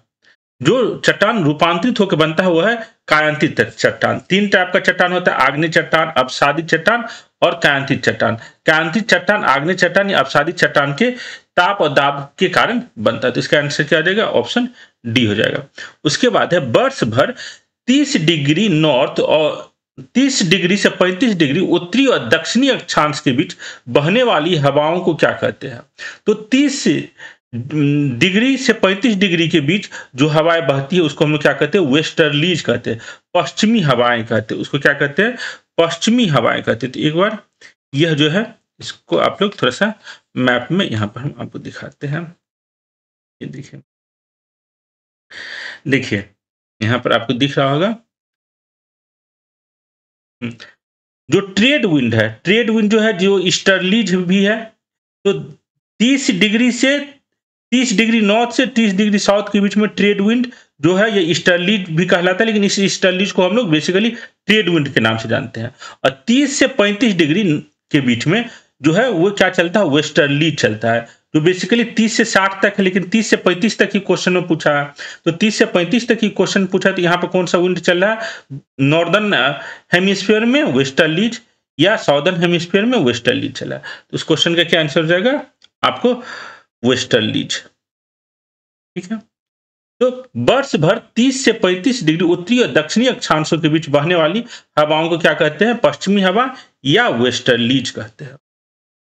उसके बाद है निम्नलिखित में से हिमालय की सबसे पूर्वी चोटी का क्या नाम है? तो हिमालय की सबसे पूर्वी चोटी जो है वह कौन सा? आपको नामचा बरवा। नामचा बरवा जो है यह आपको हिमालय की सबसे पूर्वी चोटी है, यह याद रखिएगा। उसके बाद है नीलगिरी और अन्नामलाई पहाड़ियों के बीच स्थित दर्रा कौन है? तो नीलगिरी और अन्नामलाई पहाड़ियों के बीच जो दर्रा है वो कौन सा है? पाल घाट। केरला के पास है, केरला में पाल घाट बहुत ही फेमस है। तो नीलगिरी और अन्नामलाई पहाड़ियों के बीच में यह पाल घाट जो है आपको पास की तरह काम करता है। थाल घाट, भोर घाट, यह सब जो है वेस्टर्न इंडिया का जो घाट है। थाल घाट किसको कनेक्ट करता है? तो थाल घाट जो है मुंबई और नासिक के बीच में कनेक्ट करता है। थाल घाट किसको कनेक्ट करता है? मुंबई और नासिक को। भोर घाट किसको कनेक्ट करता है? तो मुंबई से अगर पुणे जाना है तो मुंबई से पुणे जाएगा तो भोर घाट से हो जाएगा, और मुंबई से नासिक जाएगा तो थाल घाट से होकर जाएगा। गोरम घाट जो है ये राजस्थान में है, अरावली रेंज में यह आपको गोरम घाट, तो गोरम घाट आपको राजस्थान में है। पाल घाट तो केरला में है। थाल घाट और भोर घाट आपको महाराष्ट्र में है। तो भोर घाट जो है मुंबई पुणे के बीच में, थाल घाट मुंबई नासिक के बीच में है। तो यह भी इंपॉर्टेंट है। जो पासेज कहलाता है, माउंटेन पासेज जो है, ये एक इंपॉर्टेंट इंफॉर्मेशन है जो आपको मालूम होना चाहिए। उसका निम्नलिखित में से कृषि पद्धति का सही क्रम कौन सा है? तो कृषि करने के लिए सबसे पहले मिट्टी की तराई करते हैं, तैयारी करते हैं। मिट्टी की तैयारी के बाद हम लोग क्या करते हैं? उसमें बुआई करते हैं, कुछ रोपते हैं, फिर सिंचाई करते हैं, फिर कटाई करते हैं। तो मिट्टी की तराई, फिर बुआई, फिर सिंचाई और कटाई। तो यह जो है ऑप्शन बी इसका सही आंसर हो जाएगा। भारत की जनगणना 2011 के अनुसार देश में सर्वाधिक दशकीय जनसंख्या वृद्धि वाला जिला कौन सा है? तो यह याद रखिएगा, सबसे अधिक जनसंख्या वृद्धि वाला जिला जो है कुरंग है। कुरंग कुमे जो है अरुणाचल प्रदेश का जिला है, जो आपको यहाँ पर 111.01% पॉपुलेशन डिकेडल ग्रोथ रेट है। तो यह याद रखिएगा, 2011 की जनगणना के अनुसार किस जिले की जनसंख्या वृद्धि दर सबसे ज्यादा है? तो कुरंग कुमे, जो कहां पर है? तो यह आपको अरुणाचल प्रदेश में यह जिला है। निम्नलिखित में से कौन सा भारत का विश्व स्तर पर स्वीकृत राष्ट्रीय हॉटस्पॉट नहीं है? तो भारत में 4 हॉटस्पॉट है। अभी डीएसओ का जो एग्जाम हुआ था उसमें भी हॉटस्पॉट वाला क्वेश्चन पूछा था। तो भारत में 4 हॉटस्पॉट है, उसमें पूर्वी हिमालय है, गारो हिल्स नहीं है, सुंडालैंड है और पश्चिमी घाट है। इसका आंसर क्या रहेगा? गारो खासी जयंतिया जो मेघालय में है वह आपको हॉटस्पॉट नहीं है। तो भारत में आपको कितने हॉटस्पॉट है? तो 4 हॉटस्पॉट है। तो एक है द हिमालयाज, दूसरा है इंडो बर्मा रीजन, तीसरा है सुंडालैंड और चौथा कौन सा है? Western Ghat and Sri Lanka. तो ये 4 हॉटस्पॉट याद रखिएगा, एक हिमालय, दूसरा इंडो बर्मा रीजन, तीसरा आपको नॉर्थ ईस्ट में ही आपको इंडो बर्मा रीजन है, वो दूसरा हो गया, तीसरा है सुंडालैंड। सुंडालैंड का पार्ट कौन है भारत में? तो अंडमान निकोबार वाला हॉटस्पॉट है, वेस्टर्न घाट एंड श्रीलंका। लेकिन गारो खासी जो मेघालय का है वो आपको हॉटस्पॉट में नहीं आता है। उसके बाद अगला क्वेश्चन, निम्नलिखित में से कौन सा सर्वाधिक स्थिर पारिस्थितिकी तंत्र है? तो सबसे स्टेबल जो है सिस्टम कौन सा है? तो सबसे स्टेबल इकोसिस्टम कौन सा है? तो यह है आपको समुद्री पारिस्थितिकी तंत्र। समुद्र जो है वो सबसे स्टेबल इकोसिस्टम है, क्योंकि ये समुद्र जो है ये वहां पर चेंजेज जो है बहुत कम होता है। समुद्र के बीच में जो चेंजेज है, समुद्र का जो साइज इतना बड़ा है और समुद्र में जो स्टेबिलिटी है वो बहुत ही ज्यादा है। वन पारिस्थितिकी तंत्र, रेगिस्तान या घास का मैदान वो उतना स्टेबल इकोसिस्टम प्रोवाइड नहीं करता है जितना स्टेबल इकोसिस्टम कौन प्रोवाइड करता है? समुद्र करता है। तो समुद्र की जो स्टेबिलिटी है वो सबसे ज्यादा है। वैसे भी हम लोग कहते हैं समुद्र की तरह शांत, तो इसमें जो परिवर्तनशीलता सबसे कम होती है। तो समुद्री पारिस्थितिकी तंत्र जो है सबसे स्थिर पारिस्थितिकी तंत्र माना जाता है। हमारे सौरमंडल से संबंधित निम्नलिखित कथनों पर विचार करें। सप्तर्षि बिग बियर तारामंडल का एक हिस्सा है। तो यह जो है पॉइंट आपको सही है। सप्तर्षि जो है बिग बियर तारामंडल का एक हिस्सा है।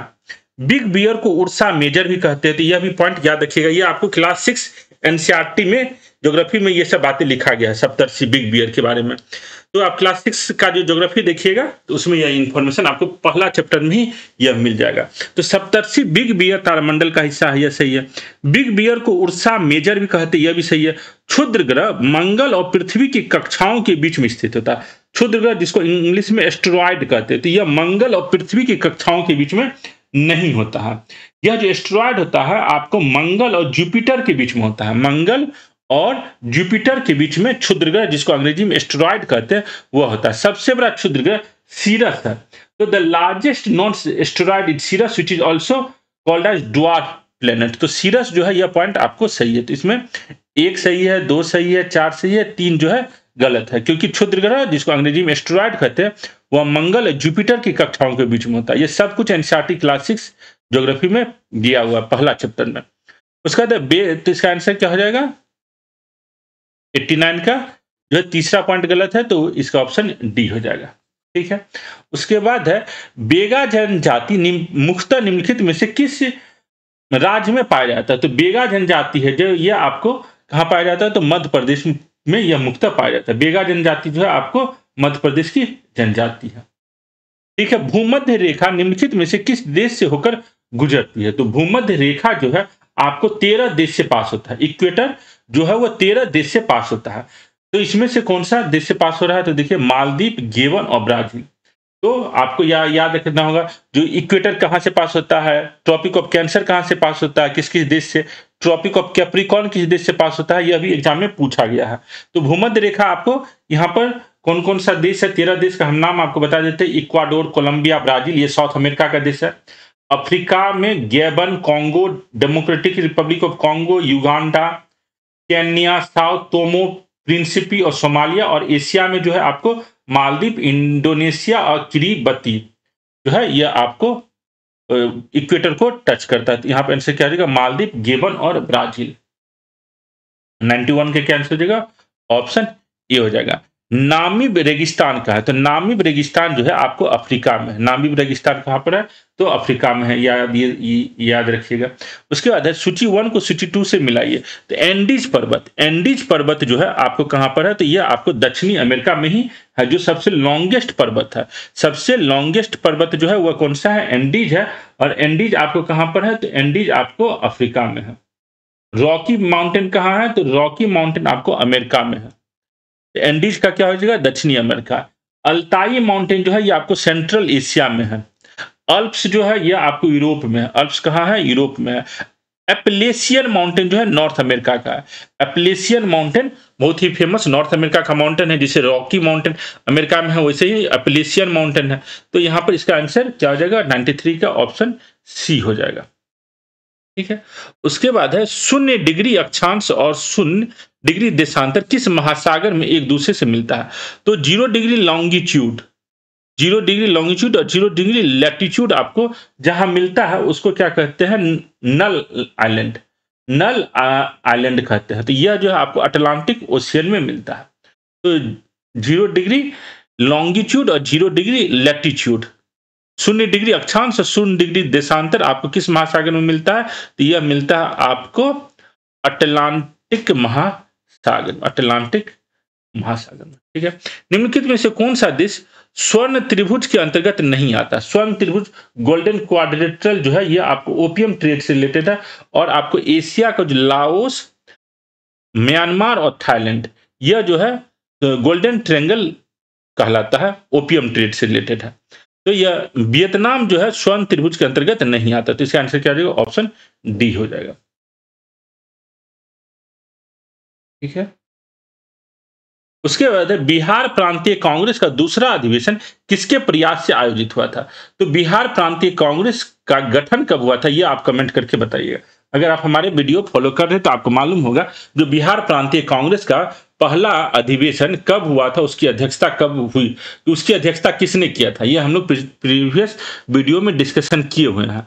अभी पूछा है जो बिहार प्रांतीय कांग्रेस का दूसरा अधिवेशन किसके प्रयास से हुआ था, यह भी आप कमेंट कीजिएगा। अगर आपको मालूम होगा जो पहला अधिवेशन कब हुआ तो आपको दूसरा अधिवेशन भी मालूम होगा साल। इसका जो है अध्यक्षता किसने किया था? तो बाबू दीपनारायण सिन्हा ने किया था। इसका आंसर क्या हो जाएगा? बाबू दीपनारायण सिन्हा। कर्नाट वंश के किस शासक को कर्नाट कुलभूषण की उपाधि धारण की थी? तो कर्नाट वंश का जो संस्थापक था न्यान देव, जो 1097 ईस्वी में उत्तरी बिहार, जिसको मिथिलांचल भी कहते हैं, तिरहुत भी कहते हैं, विदेह भी कहते हैं, उस वहां पर आपको कर्नाट वंश की स्थापना किया था। यह 1097 से 1924 तक यह वंश चला था। इस वंश का संस्थापक कौन था? तो ज्ञानदेव। इसी को कर्नाट कुलभूषण भी का उपाधि दिया गया था। तो इसका 97 का क्या आंसर हो जाएगा? ऑप्शन ए हो जाएगा। गंगदेव नहीं होगा, हरि सिंह देव इसका आखिरी राजा होता है। दिल्ली में बिहार में सैन्य अभियान आयोजित करने और बिहार को दिल्ली सल्तनत के अधीन लाने वाला पहला शासक कौन था? तो 1225 ईस्वी में इल्तुतमिश जो है आपको बिहार को पहली बार दिल्ली सल्तनत के अंतर्गत जोड़ता है। और बिहार का गवर्नर इल्तुतमिश किसको बनाता है, ये आप कमेंट करके बताइएगा, यह एग्जाम में पूछा है। तो इल्तुतमिश जो है बिहार का गवर्नर जो है किसको बनाता है, ये कमेंट करके बताने की कोशिश कीजिएगा।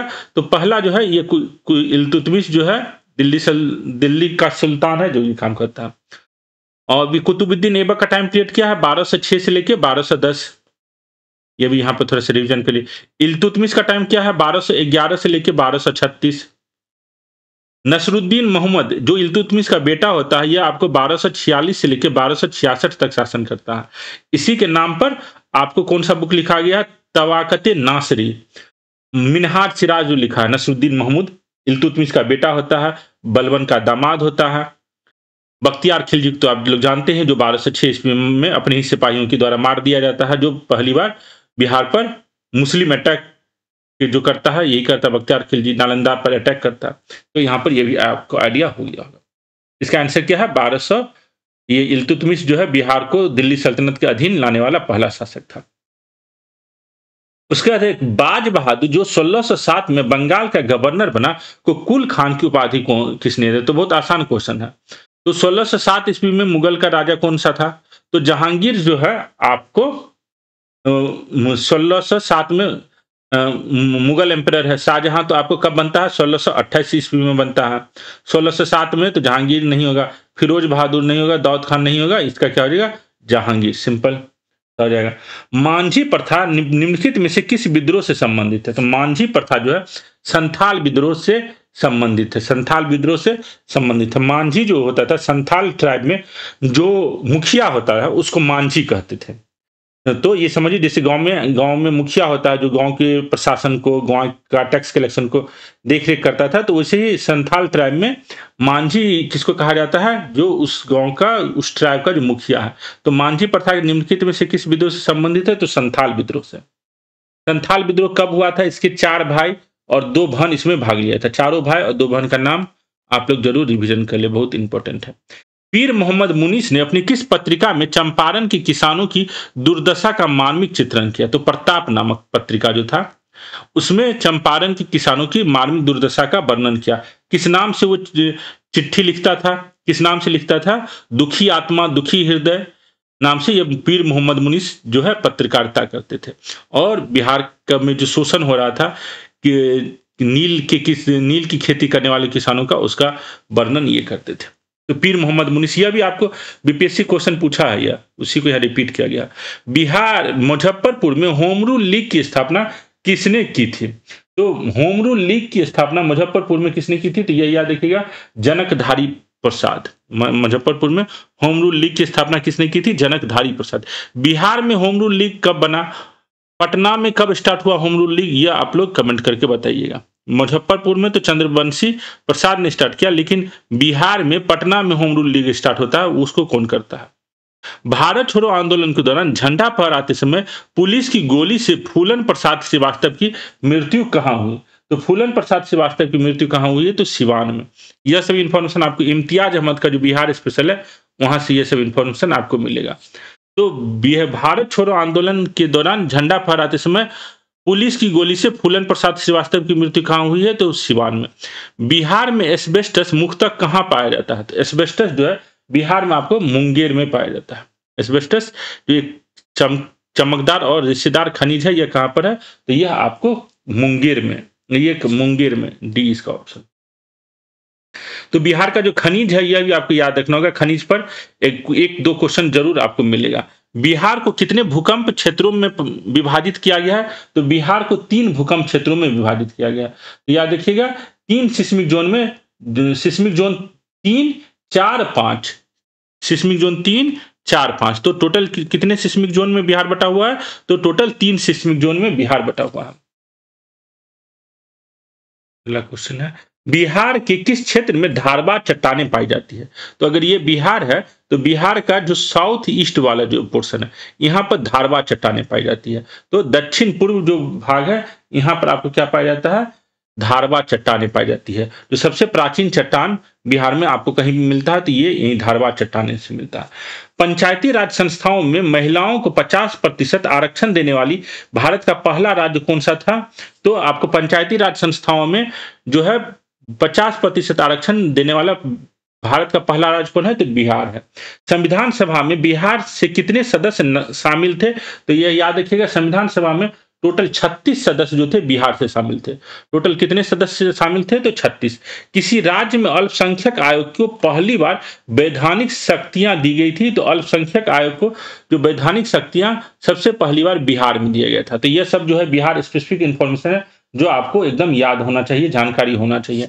जीविका बिहार सरकार की एक पहल है, इसका मुख्य उद्देश्य क्या है? तो गरीबी का उन्मूलन। तो बिहार में जो गरीबी है उसके उन्मूलन के लिए जीविका दीदी, सबका नाम आप लोग देखते होंगे, अखबार में आता रहता है। तो गरीबी को खत्म करने के लिए जीविका बिहार सरकार का एक पहल है। उसके बाद है, विश्व धरोहर समिति के 47वें सत्र का आयोजन पेरिस में हुआ।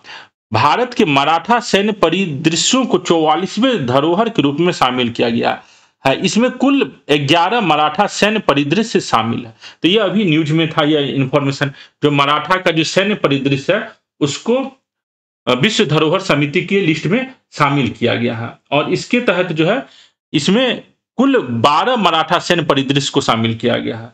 तो 12 मराठा मिलिट्री सिनेरियो जो है उसको शामिल किया गया है, 9 की 11। तो तीसरा पॉइंट गलत है, पहला और दूसरा सही है। यह आपको करंट अफेयर्स का इंफॉर्मेशन है। तो 1 से 11 का क्या आंसर हो जाएगा? ऑप्शन ए हो जाएगा।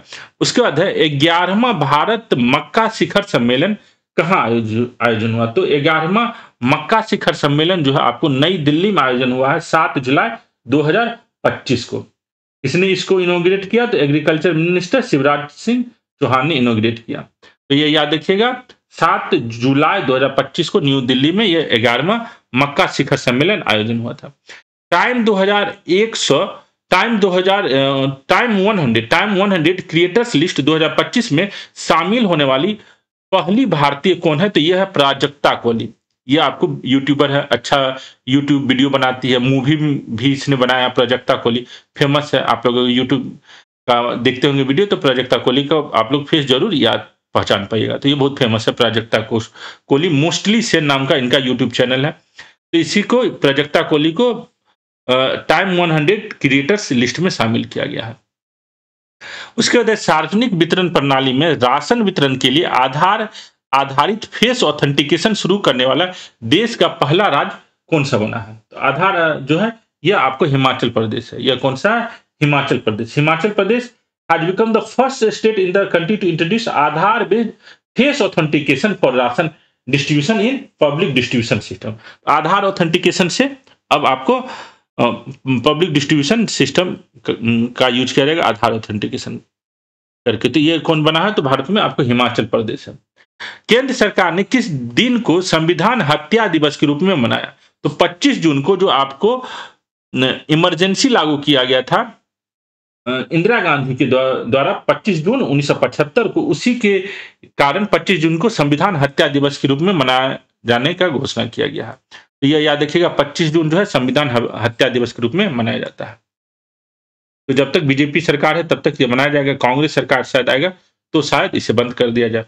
भारत की पहली क्वांटम कंप्यूटिंग वैली कहाँ शुरू की जाएगी? तो क्वांटम कंप्यूटिंग वैली जो है आपको कहाँ शुरू हो रही है? तो अमरावती में। यह याद रखिएगा, India first quantum computing valley will be launched in Amaravati, Andhra Pradesh by January 2026। तो quantum valley is expected to provide employment to lakhs of professional through research innovation. तो क्वांटम कंप्यूटिंग वैली कहाँ पर बन रहा है? अमरावती में बन रहा है, जो आपको जनवरी 2026 तक स्टार्ट हो जाएगा।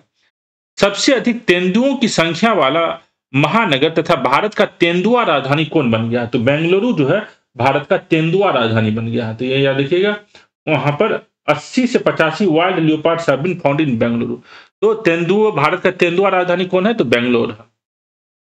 किस राज्य सरकार ने औद्योगिक विकास को बढ़ावा देने के लिए उद्योग क्रांति की शुरुआत की है? तो उद्योग क्रांति की शुरुआत किसने किया है? तो यह पंजाब सरकार ने किया है। पंजाब गवर्नमेंट लॉन्च उद्योग क्रांति ऑन जून 2025। 10 जून 2025 को उद्योग क्रांति आपको कहाँ पे स्टार्ट हुआ है? तो पंजाब में स्टार्ट हुआ। केंद्रीय पर्यटन मंत्रालय ने किस राज्य में भारत का पहला पानी के नीचे संग्रहालय और कृत्रिम चट्टान विकसित करने की घोषणा की है? तो पानी के नीचे संग्रहालय और कृत्रिम चट्टान विकसित करने की घोषणा की है, तो यह है आपको महाराष्ट्र में। तो ये याद रखिएगा, पानी के नीचे संग्रहालय और कृत्रिम चट्टान की विकसित करने की घोषणा किसने किया है? तो महाराष्ट्र ने किया। उसके बाद हाल ही में खबरों में रहा बगलिहार बांध किस नदी पर स्थित है? तो बगलिहार बांध जो है चेनाब नदी पर है। यह आपको जो पहलगाम अटैक हुआ था, पहलगाम अटैक के दौरान जो है यह डिसीजन लिया गया था, जो बगलिहार जो डैम है उससे जो पानी पाकिस्तान जाता था उसको रोक दिया जाएगा। तो the government of India had decided to stop the flow of water from Baglihar dam located on Chenab river. तो यह आपको चेनाब रिवर पर बगलिहार बांध, ठीक है। उसके बाद है मुख्य चुनाव आयुक्त ज्ञानेश कुमार के नेतृत्व में निर्वाचन आयोग ने निम्न में से कौन सा सुधार प्रस्तावित किया है? तो मृत्यु पंजीकरण डेटा का इलेक्ट्रॉनिक एकीकरण, पैतृक संपत्ति से मतदाता पहचान यह नहीं है, संशोधित मतदाता सूचना पर्ची यह है, बीएलओ के लिए मानकीकृत फोटो पहचान पत्र। तो यह जो है 134 जो है यह आपको निर्वाचन आयोग से संबंधित है। इसका आंसर क्या हो जाएगा? 134, तो ऑप्शन सी हो जाएगा। महिला संवाद अभियान किस राज्य द्वारा प्रारंभ किया गया? तो महिला संवाद अभियान बिहार सरकार के द्वारा स्टार्ट किया गया। इसके तहत जो है बिहार सरकार के जो ऑफिसर हैं वो गांव-गांव में घूमेंगे और महिलाओं से पूछेंगे जो महिलाओं के लिए जो सरकार योजनाएं ला रही है वो सब कितना सफल है, उसमें क्या प्रॉब्लम है। तो it aims to reach 2 crore गांव महिलाओं तक पहुंचने का टारगेट है 70,000 लोकेशन में अगले 60 दिन में। तो महिला संवाद अभियान बिहार सरकार के द्वारा चलाया जा रहा है, जिससे महिलाओं को क्या दिक्कत हो रही है, महिलाओं के लिए जो पॉलिसी बना हुआ कितना सफल है। ऑपरेशन सिंदूर का ब्यौरा 7 मई 2025 को प्रदान करने वाले विदेश सचिव का क्या नाम है? तो विक्रम मिश्री। आप लोग अगर ऑपरेशन सिंदूर को फॉलो किए होंगे तो देखे होंगे जो विक्रम मिश्री जो विदेश मंत्री थे वह टीवी पर आकर प्रेस में इंफॉर्मेशन देते थे क्या सिचुएशन है इस ऑपरेशन सिंदूर का। तो इसका नाम क्या था? विक्रम मिश्री। तो विदेश सचिव विक्रम मिश्री। भारतीय आम के निर्यात को बढ़ावा देने के लिए इंडियन मैंगो मेनिया 2025 का आयोजन किस शहर में हुआ? तो यह जो है कहां पर हुआ? अबू धाबी में। अबू धाबी में यह हुआ था। तो इंडियन मैंगो मेनिया, इसका आंसर क्या रहेगा? Option B, Abu Dhabi. कहां? ऑप्शन ए, ठीक है। अगला क्वेश्चन, अंगोला एक उत्तरी अफ्रीकाई देश है। तो अंगोला जो है यह आपको उत्तरी अफ्रीकाई देश नहीं है, ये वेस्टर्न कोस्ट पर अफ्रीका में है अंगोला। हाल ही में अंगोला अंतरराष्ट्रीय, यह गलत है, अंगोला वेस्टर्न पश्चिमी अफ्रीकाई देश है, न कि उत्तरी अफ्रीकाई देश है। उत्तरी अफ्रीकाई देश का फॉर्मूला क्या है? मैटली। मैटली का क्या मतलब है ये आप लोग एक बार सोच के बताइएगा। मैटली कंट्री जो है आपको नॉर्थ अफ्रीकाई कंट्री है,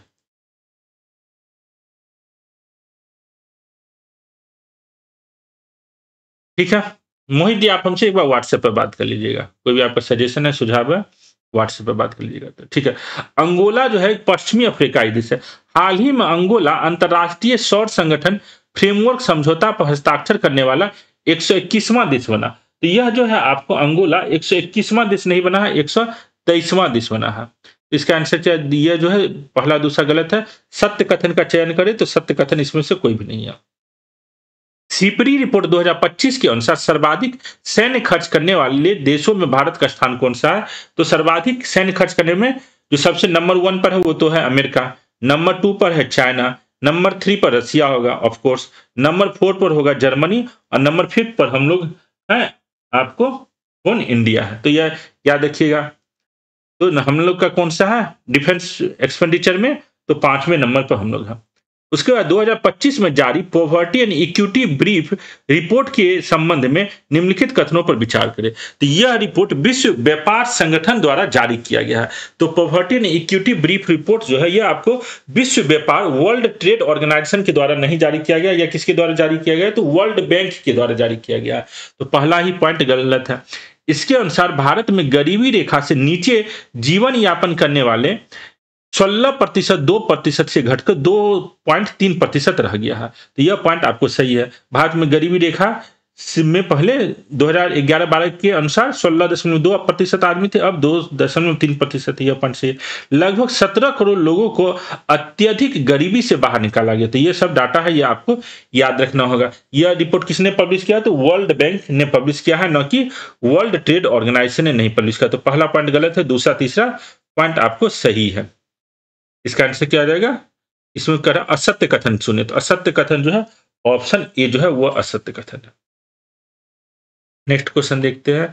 भारत सरकार ने विमानन क्षेत्र में ग्राउंड हैंडलिंग करने वाली सेलेबी कंपनी पर प्रतिबंध लगाया। यह कंपनी किस देश की है? तो सेलेबी जो है कंपनी किस कंट्री का था? तुर्की। तुर्की ने भी, जो इंडिया पाकिस्तान का युद्ध हुआ था उसमें तुर्की ने पाकिस्तान को मदद किया था। तो इसी कारण तुर्की की जो कंपनी जो एविएशन सेक्टर में काम करती थी उस पर प्रतिबंध लगाया गया। तो ये याद रखिएगा, सेलेबी प्रतिबंध लगाया गया। या ये कंपनी किस देश की है? तो तुर्की की थी। भारत के पहले संविधान संग्रहालय का उद्घाटन कहाँ किया गया? तो भारत का पहला संविधान संग्रहालय का उद्घाटन सोनीपत में किया गया है। तो यह भी इंफॉर्मेशन याद रखिएगा। संविधान संग्रहालय कहां पर बनाया गया है? तो सोनीपत में बनाया गया है।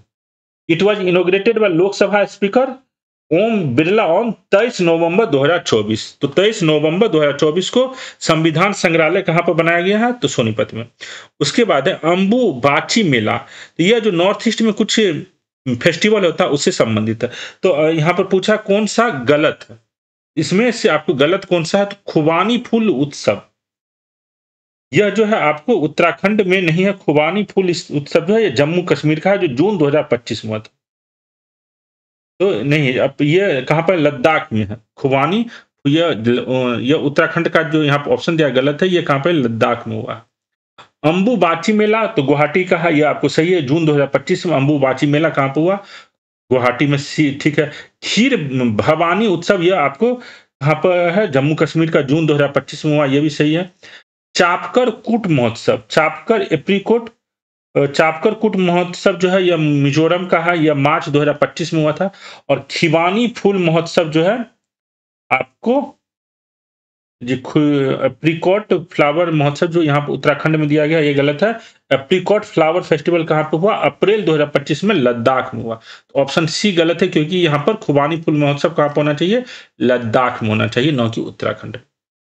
उसके बाद केंद्रीय बजट 2025-26 को पेश करते समय कोट किया गया कि कोई देश केवल उसकी मिट्टी से नहीं है बल्कि देश उनके लोगों से है। किसका है? तो यह पॉइंट जो है आपको गुरजादा अप्पा राव से है। तो यह पॉइंट बहुत सही है। जो बिहार केवल बिहार की मिट्टी के लिए नहीं जाना जाता, बिहार के लोगों के लिए जाना जाता है। भारत की मिट्टी के लिए नहीं जाना जाता, वहां भारत में किस प्रकार के लोग रहते हैं उससे भी भारत की पहचान है। तो यह बात से कोई देश केवल उसकी मिट्टी से नहीं बल्कि देश को उसके लोगों से है। तो यह किसका कहना था? गुरजादा अप्पा राव। तो गुरजादा अप्पा राव जो है आपको तेलुगु पोएट है, तेलुगु पोएट थे, और उन्हीं का यह कोट जो है कोट किया गया। और बहुत सारे जो फेमस राइटर है उनका कहना है जो कोई भी देश उसके आदमी से होता है, उसके लोग कितने मेहनती हैं, कितने ज्ञानी है, उससे उस देश का पहचान होता है। तो यह बात बहुत लोगों ने कहा, और यही बात को गुरजादा अप्पा राव ने कहा, कोई देश केवल उसकी मिट्टी से नहीं है बल्कि देश उसके लोगों से है। उसके बाद अगला क्वेश्चन है, नेक्स्ट देखते हैं। केंद्रीय बजट 2025-26 में विकसित भारत के लिए 6 व्यापक सिद्धांत प्रस्तुत किए गए हैं। निम्न में से कौन सा सिद्धांत उसमें नहीं है? तो 6 व्यापक सिद्धांत जो है उसमें कौन सा है? तो गरीबी से मुक्ति। तो गरीबी से मुक्ति हम लोग चाहते हैं। 100% अच्छे स्तर की स्नातकीय शिक्षा। तो 100% अच्छे स्तर की स्कूली शिक्षा की बात की गई है, न कि स्नातकीय शिक्षा। तो यह पॉइंट गलत है। 100% कुशल कामगार के साथ सार्थक रोजगार। तो यह भी पॉइंट आपको सही है। आर्थिक गतिविधियों में 70% महिलाओं की भागीदारी, 70% वुमेन इन इकोनॉमिक एक्टिविटी। तो पुरुष का एक्टिविटी कितना हो जाएगा? केवल 30% पुरुष रहेंगे। ठीक है, देखते हैं क्या होता है। महिलाओं का योगदान पर है जो 70% महिलाओं का, आर्थिक गतिविधियों में 70% महिलाएं आना चाहिए। ये सब जो है सही है। यहाँ बी ऑप्शन जो है गलत है। तो 6 जो ब्रॉड प्रिंसिपल डेवलप्ड इंडिया के लिए रखा गया, पहला क्या है? फ्रीडम फ्रॉम पॉवर्टी, गरीबी से मुक्ति। दूसरा है 100% quality school education. School education जब तक बेटर नहीं होगा, आपको कॉलेज एजुकेशन बेटर नहीं हो सकता। यहाँ पर ऑप्शन में कॉलेज एजुकेशन की बात की गई है, लेकिन यूनियन बजट जो है स्कूल एजुकेशन को फोकस कर रहा है। Access to excellent, affordable and accessible health service. तो तीसरा पॉइंट क्या है टारगेट का, जो भारत में जो हेल्थ सर्विस है वो एकदम बेस्ट हो। चौथा जो है meaningful employment with 100% skilled workforce, तो चौथा सही है। 100% कुशल कामगार।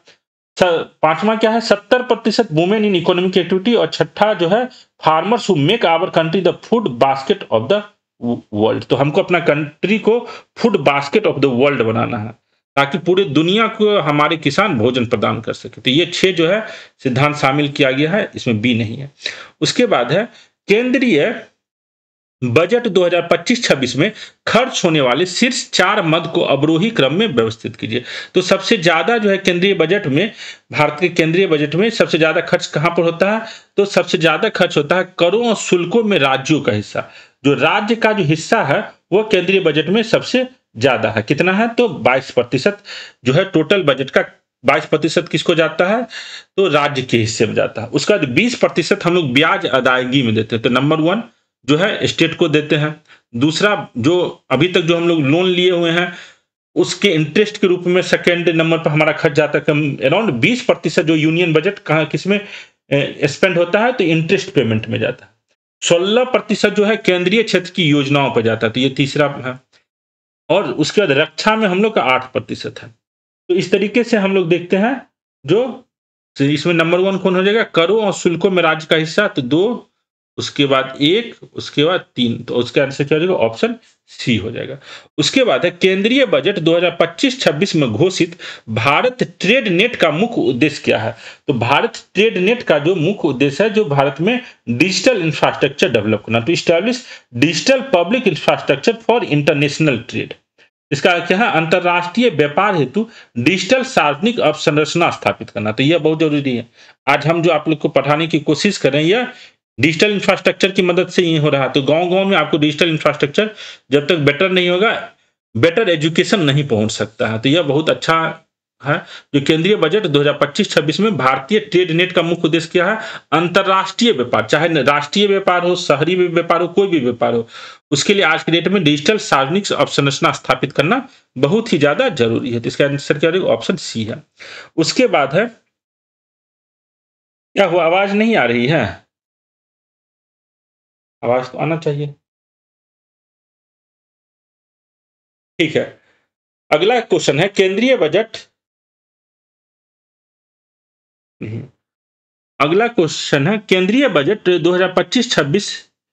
करण जी, अगर कोई दिक्कत है तो आप हमसे व्हाट्सएप पे कमेंट करके अपना प्रॉब्लम बता सकते हैं, ताकि हम अगले वीडियो में उसको देख सकें। ठीक है, केंद्रीय बजट 2025-26 निम्नलिखित कथनों पर विचार करे, सत्य कथन का चयन करें।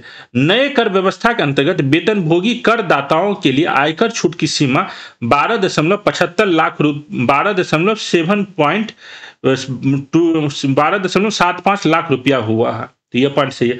24 लाख रुपये से अधिक की आय पर 30% आयकर देना होगा। तो यह दोनों पॉइंट जो है आपको सही है। तो नई कर व्यवस्था के अंतर्गत वेतनभोगी करदाताओं के लिए आयकर छूट की सीमा कितना रखा गया है, तो 12.75 लाख। और 24 लाख करोड़ से अधिक की आय पर कितना प्रतिशत आपको टैक्स देना होगा, 30% टैक्स देना होगा, जो पहले केवल 15 लाख रुपया पर ही था।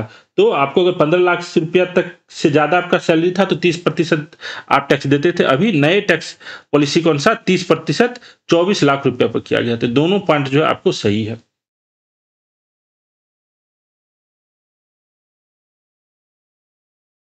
ठीक है, आपको अगर प्रॉब्लम है तो हम चेक करेंगे। और भी लोग अगर कोई देख रहे हैं, सबको आवाज में प्रॉब्लम है, तो एक बार और भी कोई कमेंट करके बताए। एक आदमी के प्रॉब्लम में शायद उनका अपना इंडिविजुअल प्रॉब्लम हो सकता है, लेकिन अगर 2-3 आदमी को प्रॉब्लम है तो हो सकता है जो कोई टेक्निकल इशू हमारी तरफ से ही हो। जो कोई भी देख रहे हैं वो भी अपना थोड़ा फीडबैक दे दे, ताकि अगले वीडियो में हम इसे इम्प्रूव करने का कोशिश करेंगे। ठीक है, अगला क्वेश्चन है,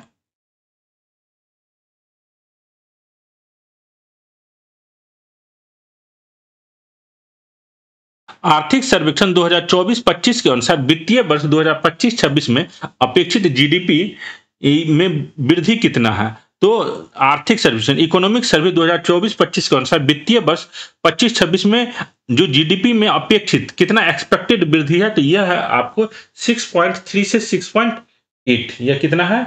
6.3 से 6.8। तो 2025 से 26 में हम लोग कितना जीडीपी का एक्सपेक्ट कर रहे हैं जो ग्रो करेगा भारत का जीडीपी? 6.3 से 6.8।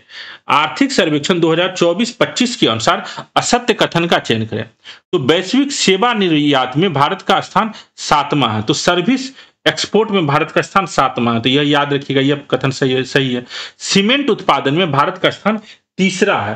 तो सीमेंट उत्पादन में भारत का स्थान जो है 3रा है, यह गलत है। सीमेंट उत्पादन में भारत का स्थान 2रा है, यह याद रखिएगा। सीमेंट के उत्पादन में भारत का स्थान कौन है विश्व में? तो 2रा है, न कि 3रा है। यह हम लोग 2रे स्थान पर सीमेंट उत्पादन में।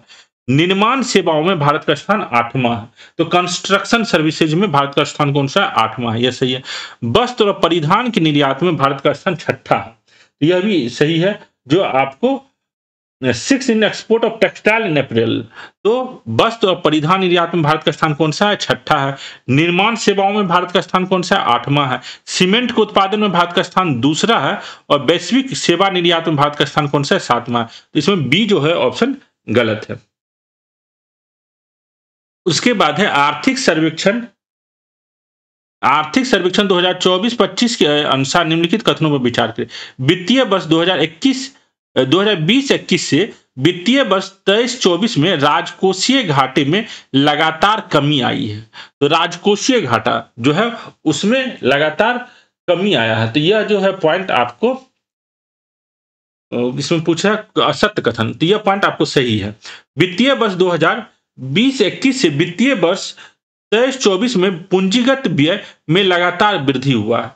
तो कैपिटल एक्सपेंडिचर, तो कैपिटल एक्सपेंडिचर जिसको पूंजीगत व्यय कहते हैं, वो लगातार वृद्धि उसमें हुआ।